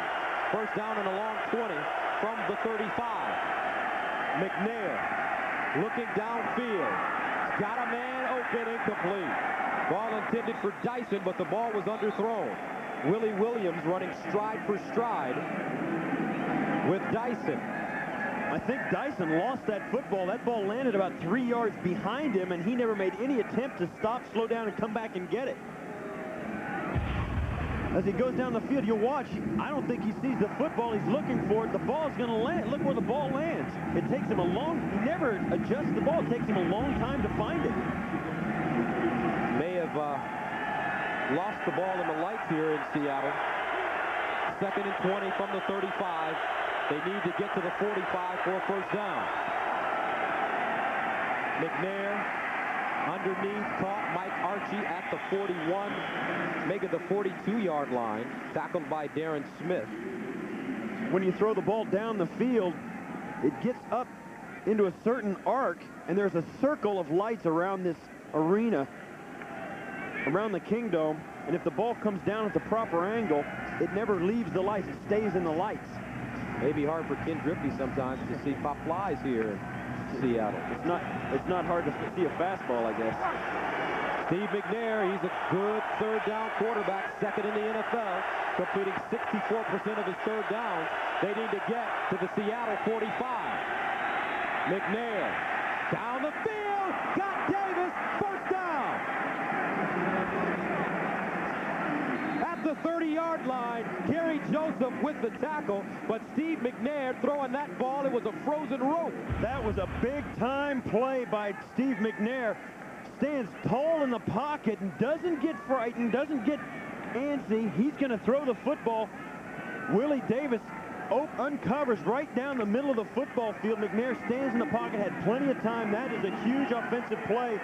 Right there, you see LeBounty coming in late. McNair stands tall and finds the receiver. A gain of 26 yards, first and 10 from the Seattle 32. Play action, McNair rolling, still running, and he scampers out of bounds at the 25-yard line. He's so smooth. He comes out. He doesn't change direction all that much. He just kind of weaves his way down. You'll see here at the end of this run, when he finally gets out of bounds, he'll get an extra 4 or 5 yards just by tight roping. Watch here, extra couple of yards there by taking one giant leap up the sidelines. So Steve McNair has his team in good shape on 2nd and 2 here in the fourth quarter. He's passed for 111 yards, rushed for 32 yards. And there's the total. Eddie George sitting back down, tried to go back in, but they wouldn't let him. The pitch and the halfback option in the end zone, incomplete. Intended for Jackie Harris. And Tennessee successful with that play earlier this season at home against Cincinnati. Jackie Harris, the recipient of the touchdown. Mike Archie hit that pass, and that sent them off to a great day against Cincinnati. This time he kind of throws it just out of the end zone. And now Eddie George has come back into the football game. Mark Archie will sit down, and Eddie George is going to give it a try. So Eddie George back in the game with the shield. Play clock winding down, and Steve McNair calls timeout. 12 minutes, 40 seconds remaining. Time back in a moment. Houston, their first timeout. Correction, Tennessee. Dick Hansack. Back to Seattle after this.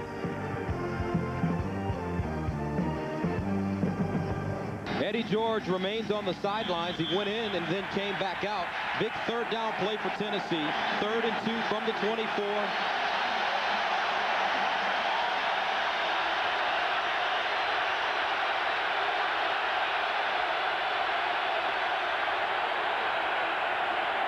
McNair running for the first down, and he's short.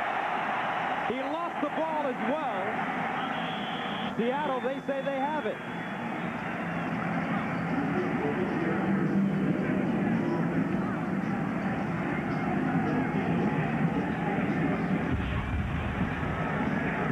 Watch, here's the ball. Will be pop out. He tucks the ball. He's going to run, trying to drag him. Daniels, his knee is down just before the ball comes out. Houston retains possession, and now Al Del Greco is going to try the field goal. So Tennessee's Al Del Greco in to attempt a 43-yard field goal. He's perfect. 2 of 2 on the afternoon. And it's up. And automatic. Al Del Greco, the 43-yarder. So with 11:54 to go, a 1-point game. By Staples, the office superstore. The NASDAQ MX stock market, the market of markets. And by the United States Marine Corps, the change is forever. Outside the Kingdome on a cold and rainy day in Seattle, the Seahawks leading the Oilers 10-6. Gus Johnson, along with Steve Tasker, and Tennessee kicking off. Broussard, Joseph, back deep for the Seahawks. This time it's Joseph from the 3.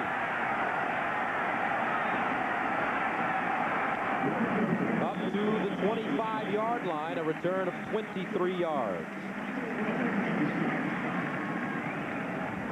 Tuesday on CBS, the Jag team is trapped in Russia, behind enemy lines, and spies are everywhere in a deadly game of cross and double cross. Trust no one. Jag Tuesday on CBS. So for Dennis Erickson's team, they have scored no points in 5 of 11 games this year in the 4th quarter. Glaring statistic. The reverse. Galloway with Kitna in front of him. Galloway to the 40 and out of bounds. A first down. Gain of 15. Joey Galloway is so fast that when you give him the football on a reverse, the entire defense gives a collective ugh because they've got to catch him, and there's just no way. Watch Kitna throw the block down low. But Joey Galloway, one of the fastest men in the National Football League, and when he turns the corner on a reverse, most of those guys could stop running. First down from the 41. Kitna, pump fake, nowhere to throw it. Plenty of time. Over the middle, caught. McKnight, big play. McKnight at the 20. Touchdown, Seattle. There's the big play they were looking for. 59 yards.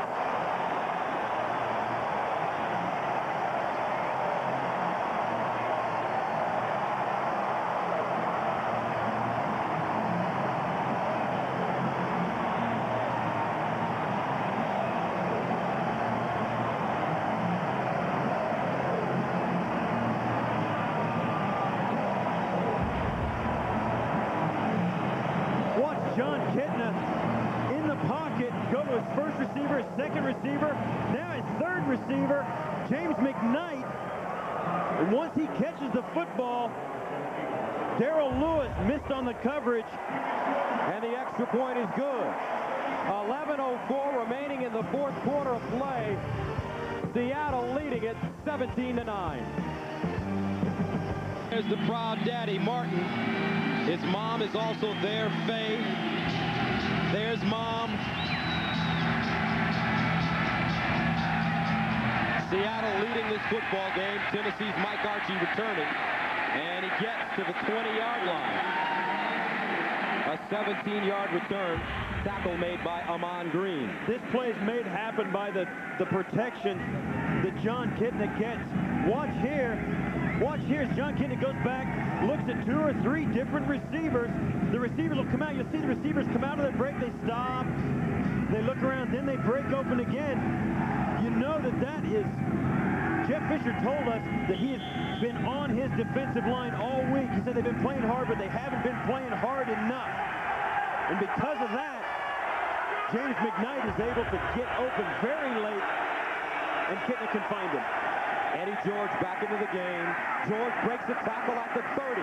Splits the defense, gets to the 40-yard line. Philip Daniels with the tackle. A gain of 18 yards. And Daniels is down. One more time, watch John Kitna throw this football, then take the big hit from Henry Ford.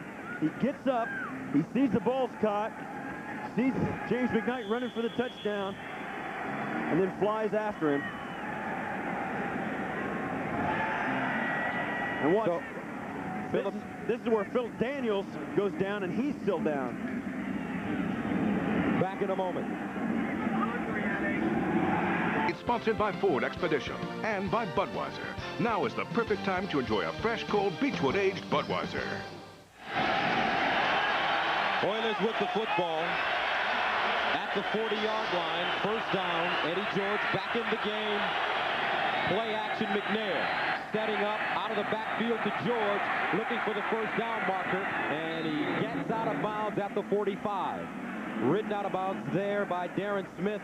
A gain of 16 yards. Well, the eye injury is not bothering Eddie George now, and you see that the success they've had running the football early in the day now leads to the play-action pass. And Eddie George, once they fake the handoff to him, the defense has a tendency to forget about the running back, and that leaves Eddie George open in the field. First down and 10 now from the Seattle 44. 3-receiver package. McNair changing the play.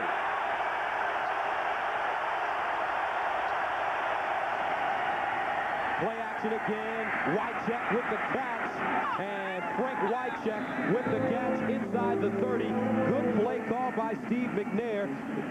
Tackle by Jay Bellamy, but a gain of 15 yards. Frank Wycheck is one of the elite tight ends in the National Football League. He catches a lot of footballs.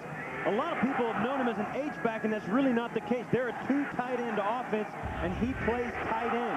He's really come along and gets a lot coming into the day. He's the second leading tight end reception leader in the National Football League behind Shannon Sharp. In good company. 4 catches, 40 yards for Frank Wycheck. First and 10 from the 29. McNair throwing it again.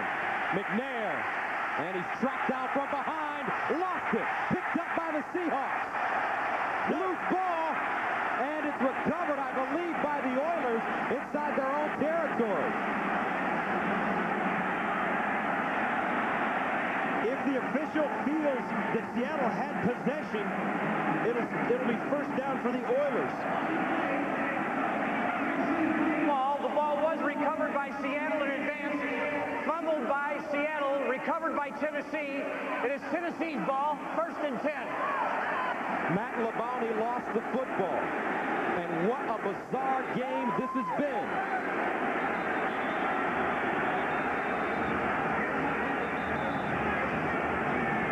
And now the Seahawks are upset. And they're fighting each other. Looks like Sam Adams in the middle.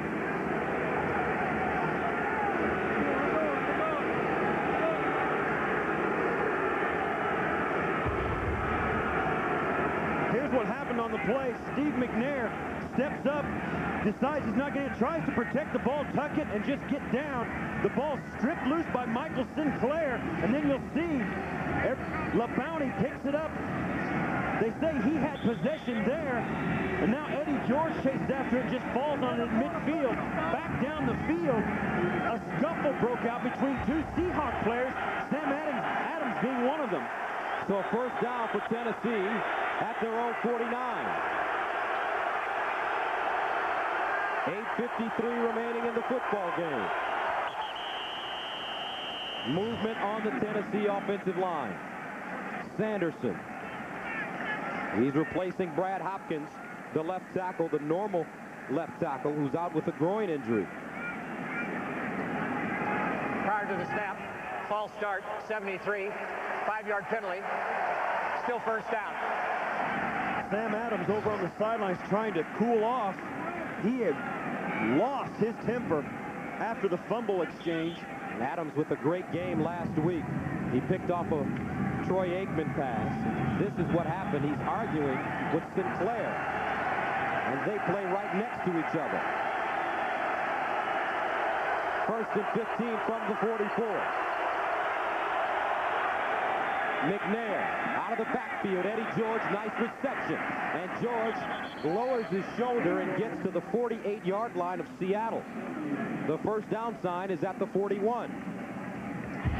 You'll see Eddie George come out in the flat out of the backfield. Steve McNair finds him. This is where Eddie George is his most dangerous because he's got the speed to cut back in and break a big one, but he's also big enough to punish Sean Springs, who comes up and tries to make the tackle. His former teammate at Ohio State. They work out together in the offseason. You know that they're going to be talking about that in the weight room in this offseason. Along with Joey Galloway, 3 former Buckeyes in the starting lineup. Empty backfield. They like to run draw in this situation, but this time he throws it over the middle, intended for Willie Davis, and he couldn't catch it. And Sean Springs, who loves to talk in that secondary. You might watch it because it looked like to me he had a hold of the receiver trying to keep him from making that catch. Looked like he pulled himself into position at the expense of the wide receiver, but there was no call on the play. So that brings up a 3rd down and 8. They need to get to the 41 for a first down. 4-receiver package for the Oilers.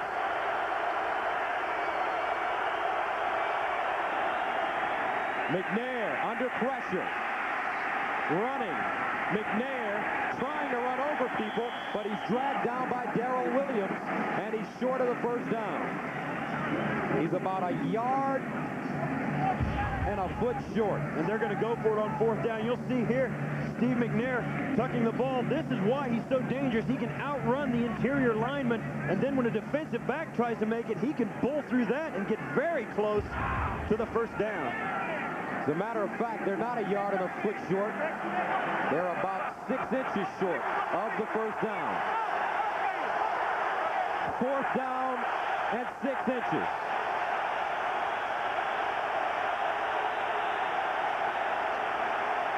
McNair runs it, picked it up, and he's got room.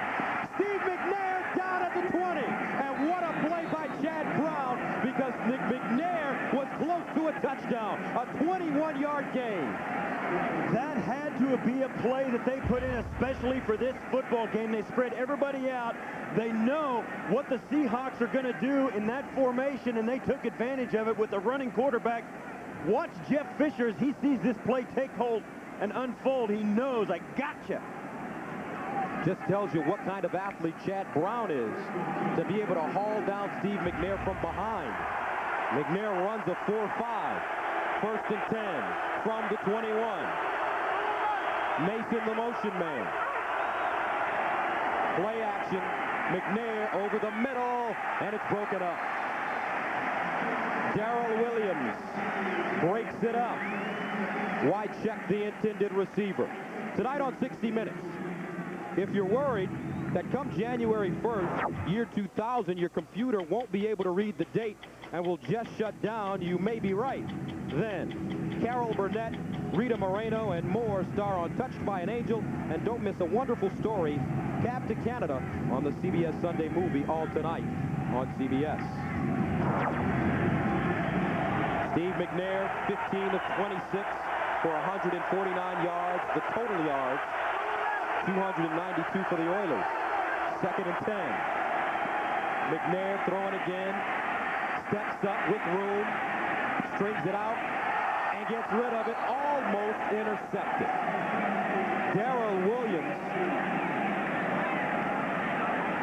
Jay Bellamy also with a chance for the interception. Now this would be a situation where I would think that Steve McNair might try and just tuck it and get 5 yards on second down to put them into a 3rd and 5. Forget about trying to get it all at once. Just get half of it, and he could have done that by running a few steps and falling forward. Now they're in 3rd and 10 rather than 3rd and 5. And the conversions on the day, 3 of 10. First down marker is at the 11.5. McNair again. Eddie George with the blocker in front of him. George looking for the first down, still running down to the 5. Wow, what a powerful man on a powerful run, and he picks up 16. You can see what this Tennessee Oiler football team on offense is all about. It's about Steve McNair and Eddie George. Get the football in these two guys' hands, and they are a handful.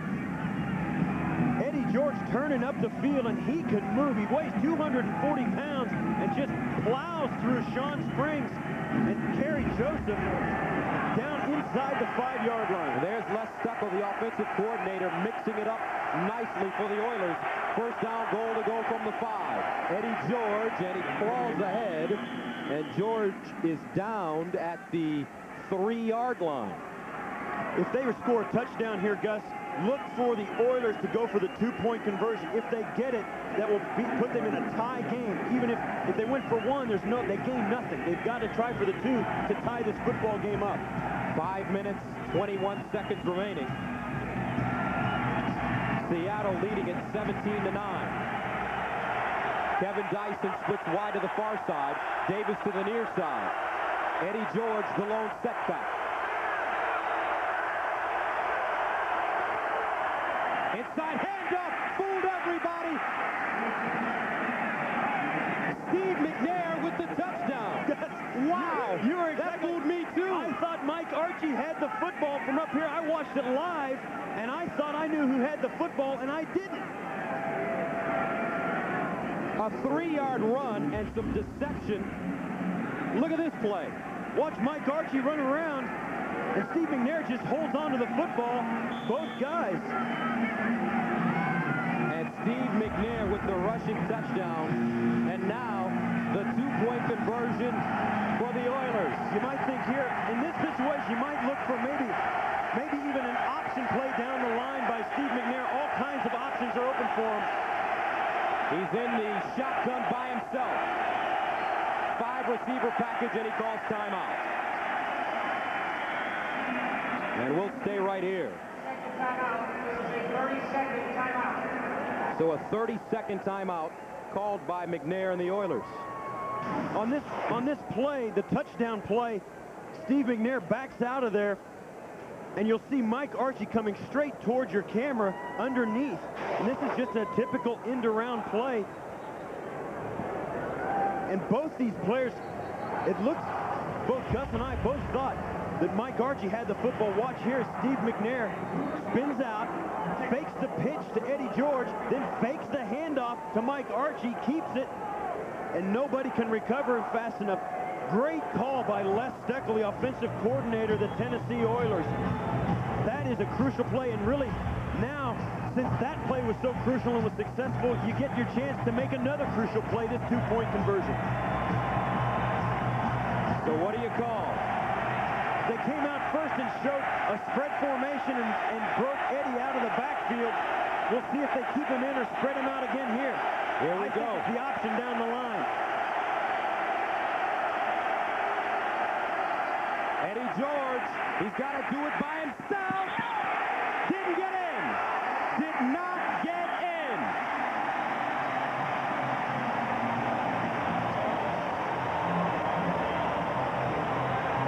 Eddie George keeps his feet at the corner, decides not to try and dive for the pylon. His feet may get into the corner, but the football never does. He goes out of bounds before the football crosses the plane to the goal line. You'll see right here, his left foot gets in, but the ball does not cross the plane before he's out of bounds. That is no conversion. That does not count. The ball has got to cross the plane before he goes out of bounds. His body can go through the plane. His body can be completely in the end zone, but the ball never gets there. Watch here. The ball never crosses the end zone. Jeff Fisher thinks he got in and realizes he didn't. That's a crusher right there.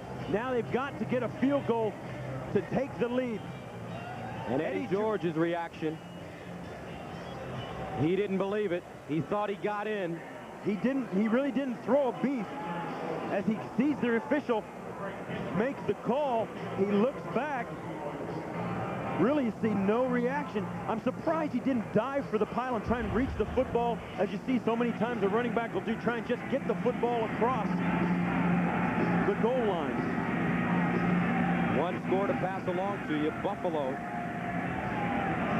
leading New England 21-17. At New England. Broussard from the 10. Broussard still running and dragged down at the 20-yard line. A return of 10 yards. Sidney with the tackle.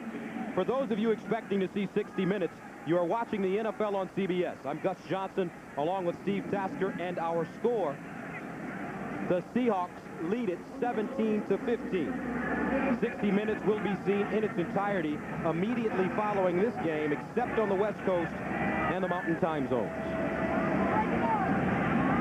So with 4 minutes and 48 seconds remaining, Seattle with the football at their own 10-yard line, and the defense is going to have to get the ball back for this Tennessee offense. And you can feel the Tennessee Oilers shrugging off the emotional lull they had earlier in the game when Denard Walker was carried off the field. Now they're back into it, and their intensity level's back up, and they're executing like they were in the first half. A penalty on the kickoff moves them back. Ricky Waters with the carry, and Waters over the 10, close to the 15. Now let's go to Jim Nantz, standing by in New York. All right, guys, remember the Bills were down 14-0, and the Magic Man has brought them back. They've scored down their last 5 possessions. The touchdown toss to Reed. They missed on the 2-point try, and I know Steve Tasker's loving it right now with 6 minutes to go. Back to you. All right, Jim, you know, Steve Tasker was asking for Bills highlights, and he got them, and he's got a big smile on his face right now. Those guys are never out of it. Not with Doug Flutie, 2nd and 6 from the 14. Tickner taking his time, and it's incomplete.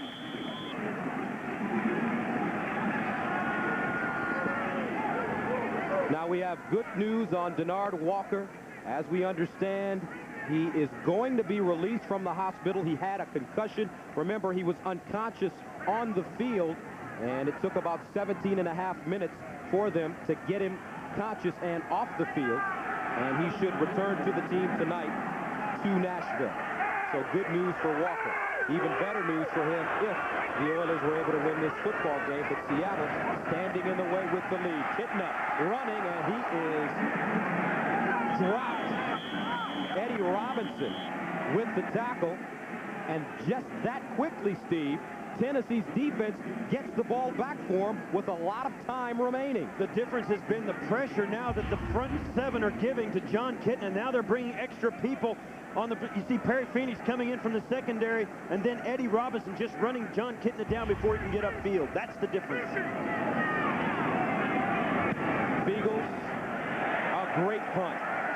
Mason allows it to go out of bounds. Let's see where they mark it. Official still walking at the 35. A 53-yard punt. Now next Sunday at noon Eastern, the playoff gears are clicking. And CBS Sports is there with doubleheader action in the big early matchup. Drew Bledsoe and the Patriots try to throw a bus stop at Jerome Bettis and the Pittsburgh Steelers. Then later, the Chiefs look to regroup against Terrell Davis and the Super Bowl Broncos, or the Dolphins battle the Oakland Raiders. Check local listings beginning with the NFL today.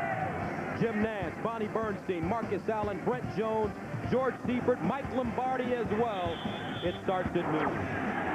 Don't forget, 60 Minutes is coming up next, except on the West Coast. 1st and 10 from the 35. Butterfly time for the Oilers.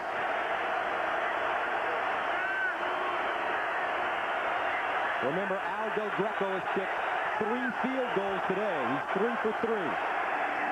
Eddie George running, trying to get outside. George, and he goes forward close to the 40-yard line. Butler with the tackle along with Williams.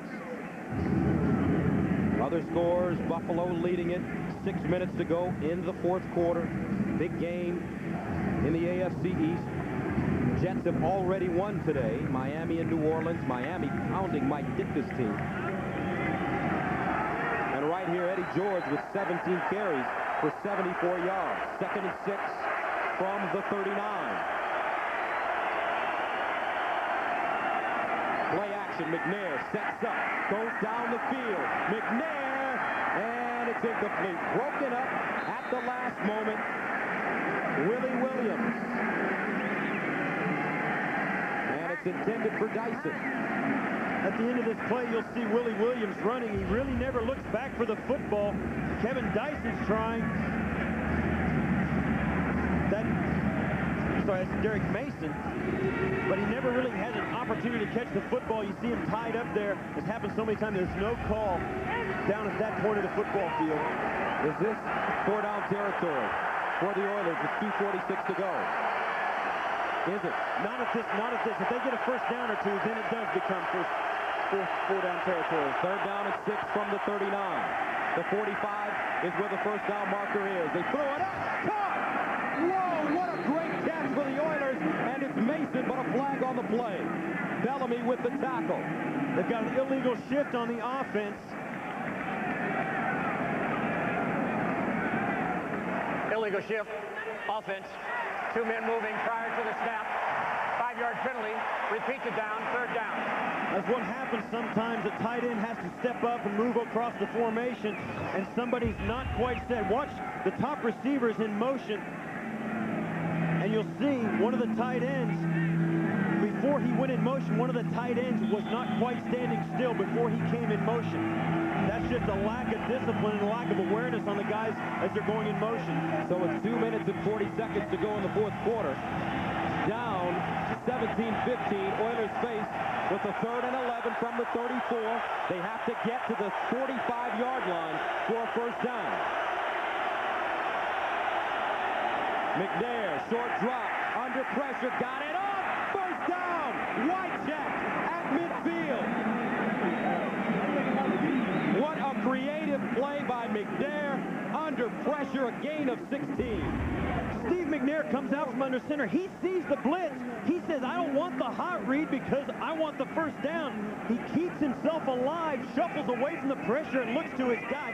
Frank Wycheck is Steve McNair's go-to guy, and he has come through time and time again in crucial 3rd downs today. Wycheck, 5 catches, 57 yards, first down. We're approaching the 2-minute warning, and the Oilers did not get the play off. 2 minutes to go. Oilers with the ball, down by 2.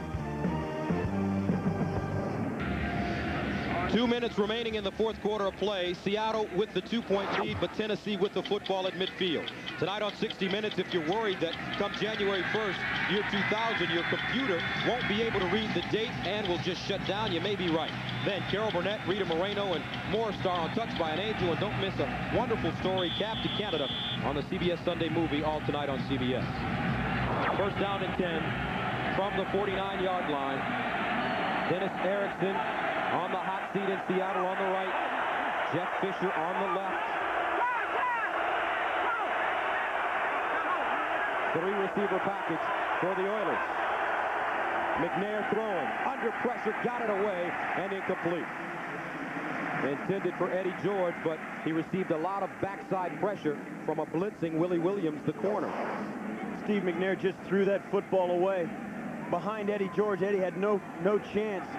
Got a blow to the head there, which could have been called at this point in the game.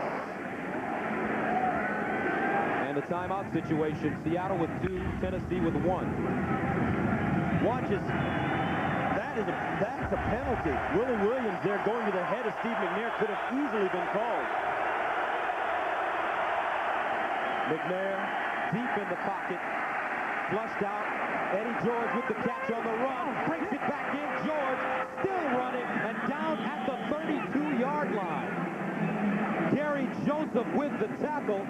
But with 1:40 to go, the Oilers are already in field goal range. That is right at the edge of Al Del Greco's range, and now they're going no huddle. McNair, quick strike, incomplete, intended for Wycheck. Eddie George, a couple of times, he's just caught the ball from Steve McNair, and nobody's been shadowing him. He's got 10 yards of open field before anyone reacts to his presence. He cuts the ball back into the middle of the field. At that point, the clock in this game for the Oilers ceases to become a consideration. They've got all the time in the world. In fact, now they would love to have 6 seconds on the clock with Al Del Greco kicking the winner. Second down and 10 from the Seattle 32. 1:26 to go. Wycheck in motion. McNair over the middle. Incomplete. And a flag on the play. Mason, the intended receiver, and Willie Williams was covering.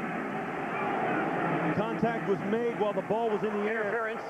Defense number 27. First down.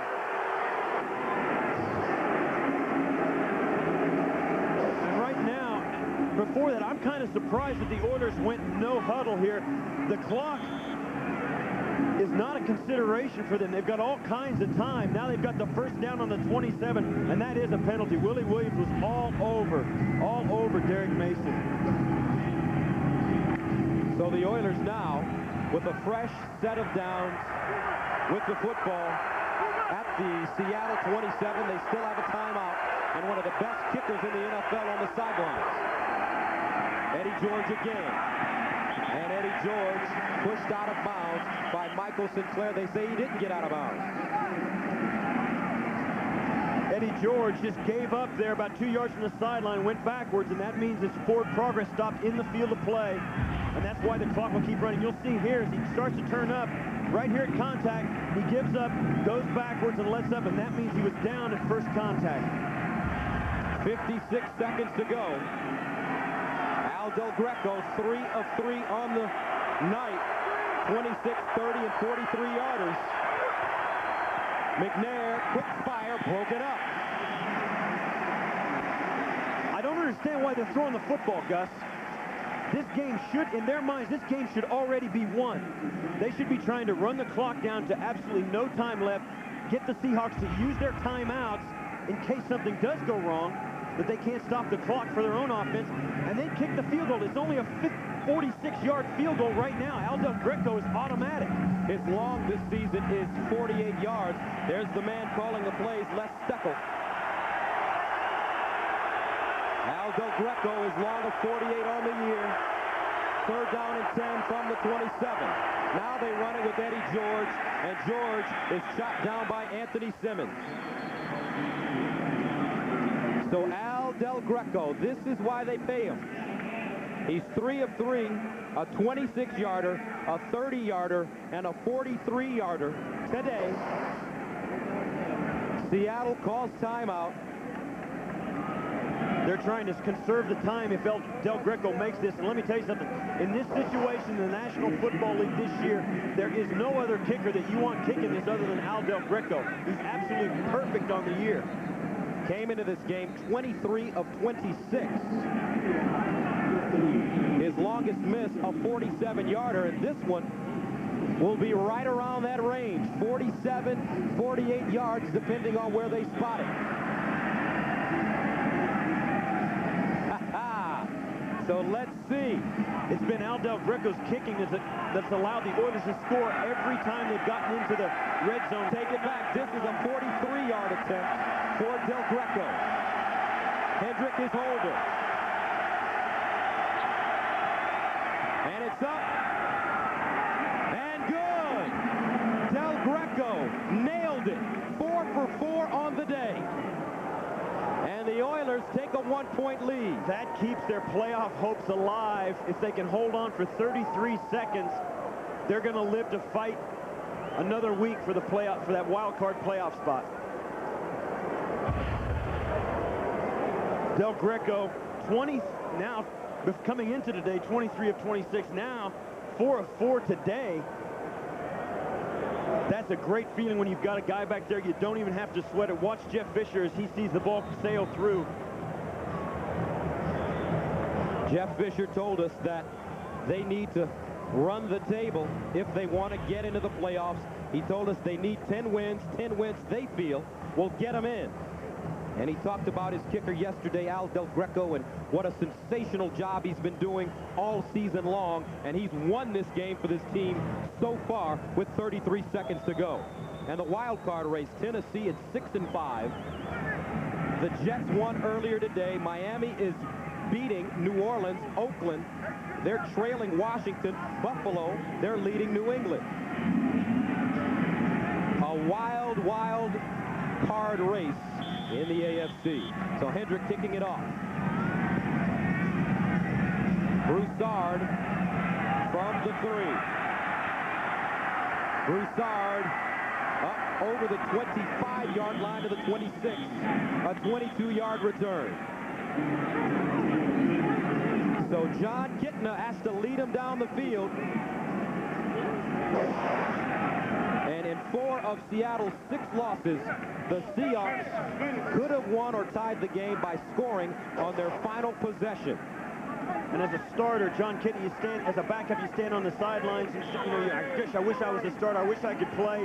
And now you kind of got to watch what you ask for or you just might get it. John Kitna now has the opportunity, 28 seconds left, to win this football game.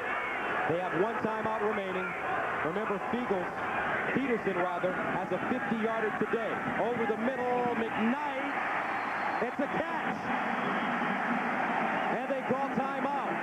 And it looks like a penalty flag in the backfield against Tennessee. Personal foul. Defense. Unnecessary roughness. Helmet to helmet. Wow. You'll see here, James McKnight goes down after this ball. It is a good catch. Kitna gets enough on it to get it out there. He adjusts to it, pulls it in, and that's an excellent catch, an excellent effort. Watch John Kitna. There's the hit, and that is not helmet-to-helmet contact. It was late, though. Kenny Holmes, and now they tack on an additional 15 yards, so they're almost in field goal range already. And Seattle did not have to use the timeout. Please return the game clock to read 20 seconds. The game clock should read 20 seconds. Remember, Todd Peterson, their kicker for Seattle, has a 50-yarder already today in the first half. 20 seconds to go. Out of the shotgun from the 38. Kitna. Ricky Waters. Out of bounds at the 34.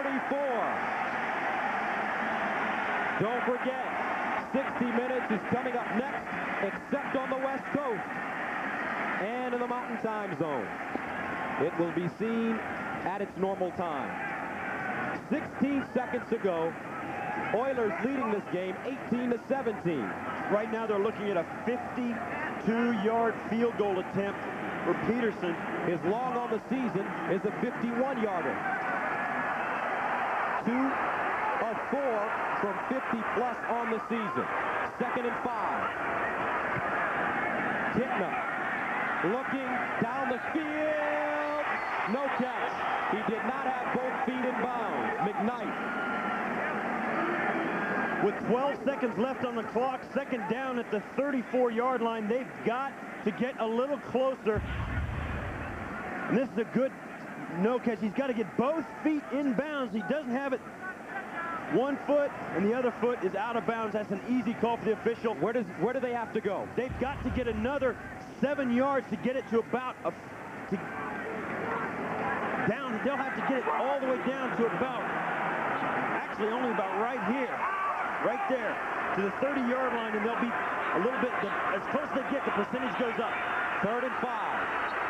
And a whistle. And the play clock ran out. What? Offense, 5 yards, still 3rd down. That is huge. Now they're out. They can't even attempt a field goal now without getting closer. A young quarterback making his first start of the season in place of the veteran, Warren Moon. They've got to warn him of that on the headphones when they call. They got to say he's got to get it up. They've got to be alert to that on the sidelines and pick it up. Dennis Erickson turning grayer by the moment. 3rd down and 10 from the 38-yard line. And a whistle before the play began. And it may have been on the Seattle offensive line, somebody moving. I think it's a false start. False start prior to the snap. Offense number 66. 5 yards, still 3rd down. Pete Kendall, the left guard. Just when it looked like they had this all under control, Pete Kendall flinches. And that is a very, very, very touchy call. Don't forget 60 minutes next, except on the West Coast. 3rd down and 15 from the 43. 1st down marker is at the 28. 3 receivers. Kingdome. 11 seconds to go. 5 Pritchard. Pritchard out of bounds at the 30-yard line. With 6 seconds to go. And here comes the field goal team. Todd Peterson. 14 of 17 on the season. 2 for 4 from 50-plus yards. His long on the year, a 51-yarder. You got to feel like John Kitna has done everything he could do to give his team a chance to win. And now there's trouble on the Seahawks sideline. Erickson wants a timeout. And they're going to get it. Timeout. Seattle. Their 3rd and final timeout. This is a 30-second timeout. And look at Coach Erickson's hair. Heat miser. Watch him as he's trying to call. The play clock was winding down. You see, nothing's good. He's walking out on the field. He's out on the field. Come on, help, help, come on, please. Call a timeout. A player on the field is required to be the one who calls the timeout. So for Todd Peterson, he will be attempting a 48-yard field goal. Wait. The loser of this game in trouble with the playoffs. Jeff Beagles rather is the holder, and another timeout. They want to freeze Todd Peterson. Timeout, Tennessee. Their 3rd and final timeout. This is a 30-second timeout. Don't forget, coming up next, 60 minutes, except on the West Coast. I've spoken to a lot of kickers about how they feel about getting frozen when they call a timeout. And they say, well, it depends. Like that first timeout that the Seahawks called, Peterson was probably happy about that. Now he could settle down, make sure that the snap's right, make sure the personnel's right, and take his time and just make the kick. No more timeouts for either team. Oilers leading this game 18-17. Al Del Greco perfect on the day, 4 field goals, so here we go. Todd Peterson, he can be a hero, 48 yards.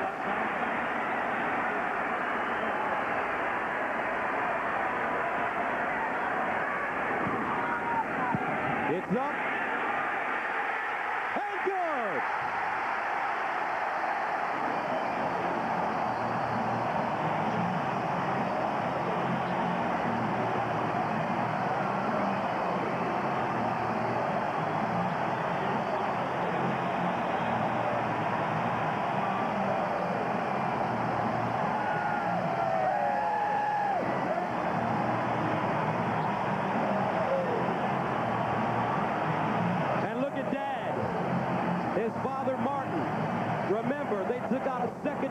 On their home just so John could go to college at Central Washington and give him an opportunity to get an education. And it looks like he may come up with a win today in his first start of the season. Real serious, he sets it down. All the guys up front are thinking, half the people in the stadium are thinking, block it. Half the people are thinking, make it. And all Scott Peterson's thinking is just get the kick off. Watch Erickson run at. How much pressure does that take off that? No question. You could see it rising and leaving Dennis Erickson. And there's John Kitna's mom. But 1 second remaining in this game. The Oilers have played up here 3 years in a row. One of those games, Seattle blocked an Oilers field goal and scored a TD to win here in Seattle. The Oilers trying to do that to the Seahawks today and couldn't get it done.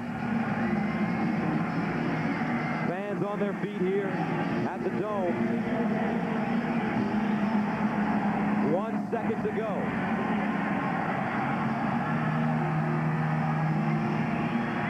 Swift kick.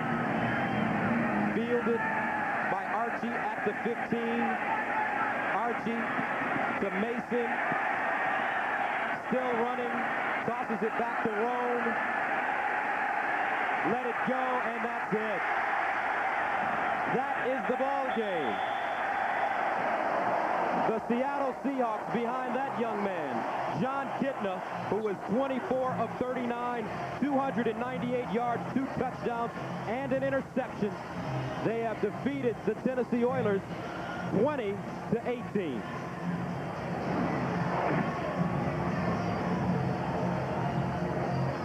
So for Steve Tasker, this is Gus Johnson saying so long from Seattle, where our final score is Seattle wins it 20-18.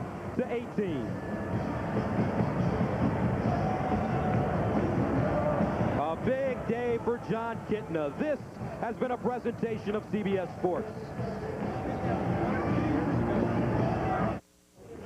Wow, $1.75 for a cup of Joe? It's the 90s. Everything's out of whack. Not so fast. I know how you can get all your long-distance calls for under $1. Well,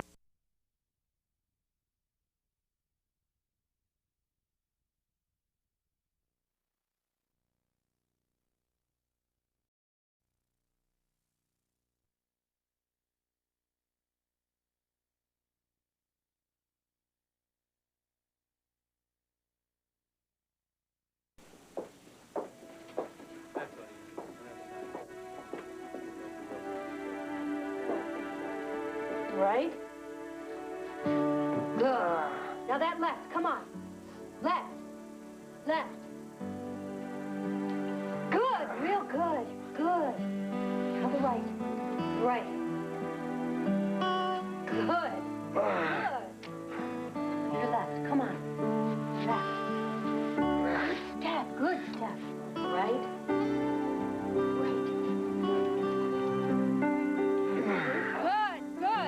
Left. The left. Get that left going. Good. Good step.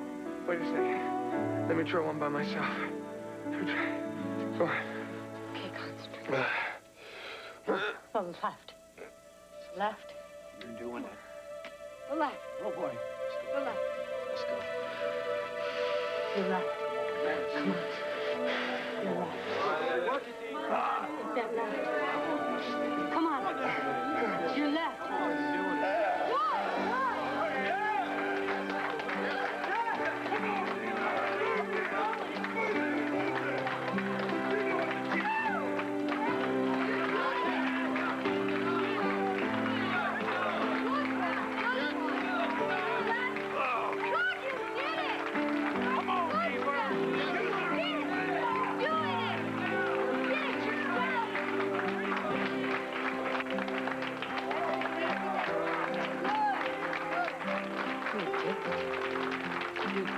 Don't go soft on me now, tough girl.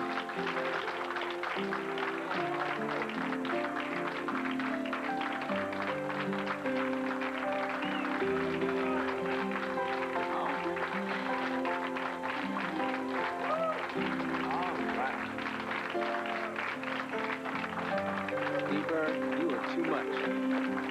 I love you.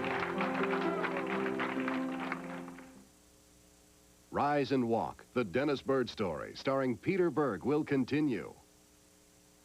RV buyers, here's the motorhome sale you've waited all year for. It's Valley RV Center's Fleetwood Summer Closeout Sale. All of your favorite models are priced to sell now. For example, a loaded new Flair Class A is just $44,900. Or how about the world's most popular motorhome, Bounder, loaded for just $51,900. Or here's a fully loaded Pace Arrow for just $59,900. Discover why hundreds of Northwest families are making the short drive to McMinnville for the best RV deals and the finest RV service.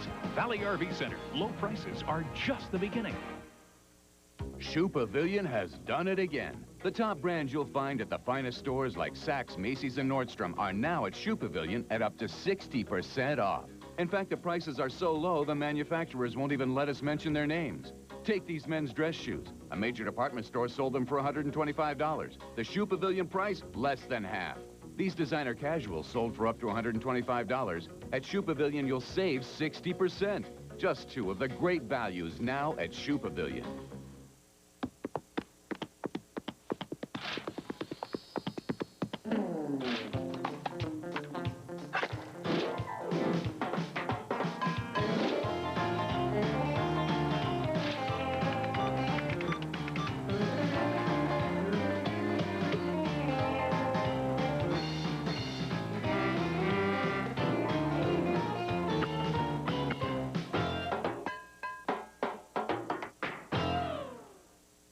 Hi, I'm Jeff Gianola from Coin 6 News. As a public service to the Latino community, you can find our 5 and 6 p.m. newscasts in Spanish on your television's SAP channel. To learn how, dial 972-INFO extension 1600. Don't have a SAP channel on your TV? Then listen to Coin 6 News at 5 and 6 p.m. on La Ceta, KMUZ Radio, 1230 a.m.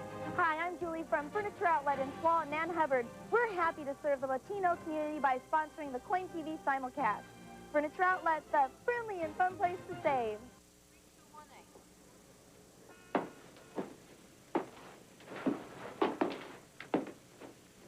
Ready to ship back to Oklahoma, big guy? Yeah. You gonna come visit me? Y'all got running water, electricity? Oh, sure we do, Joanne. We've got indoor bathrooms, stoplights. You might like it. Well, Barbados first, then Tulsa. When do you got there? It's a gift. Separate pieces of wood all locked together. You pull one out, and it all falls to pieces. You put it back together, and it's a solid unit again. Like you.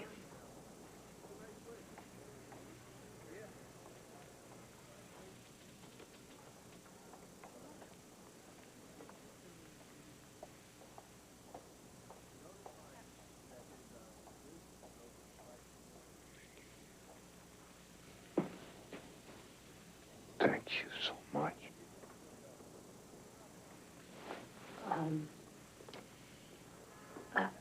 I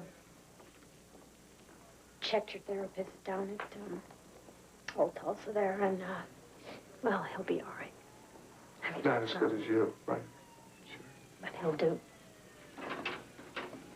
They're waiting for you, honey. What's with the wheelchair? I'm just giving you options. Well, I think I'd like to walk. He has regained strength in virtually every muscle that was paralyzed. This is truly spectacular. I wish I knew what the specific ingredient to his recovery was. Only Dennis has the answer to that. Dennis?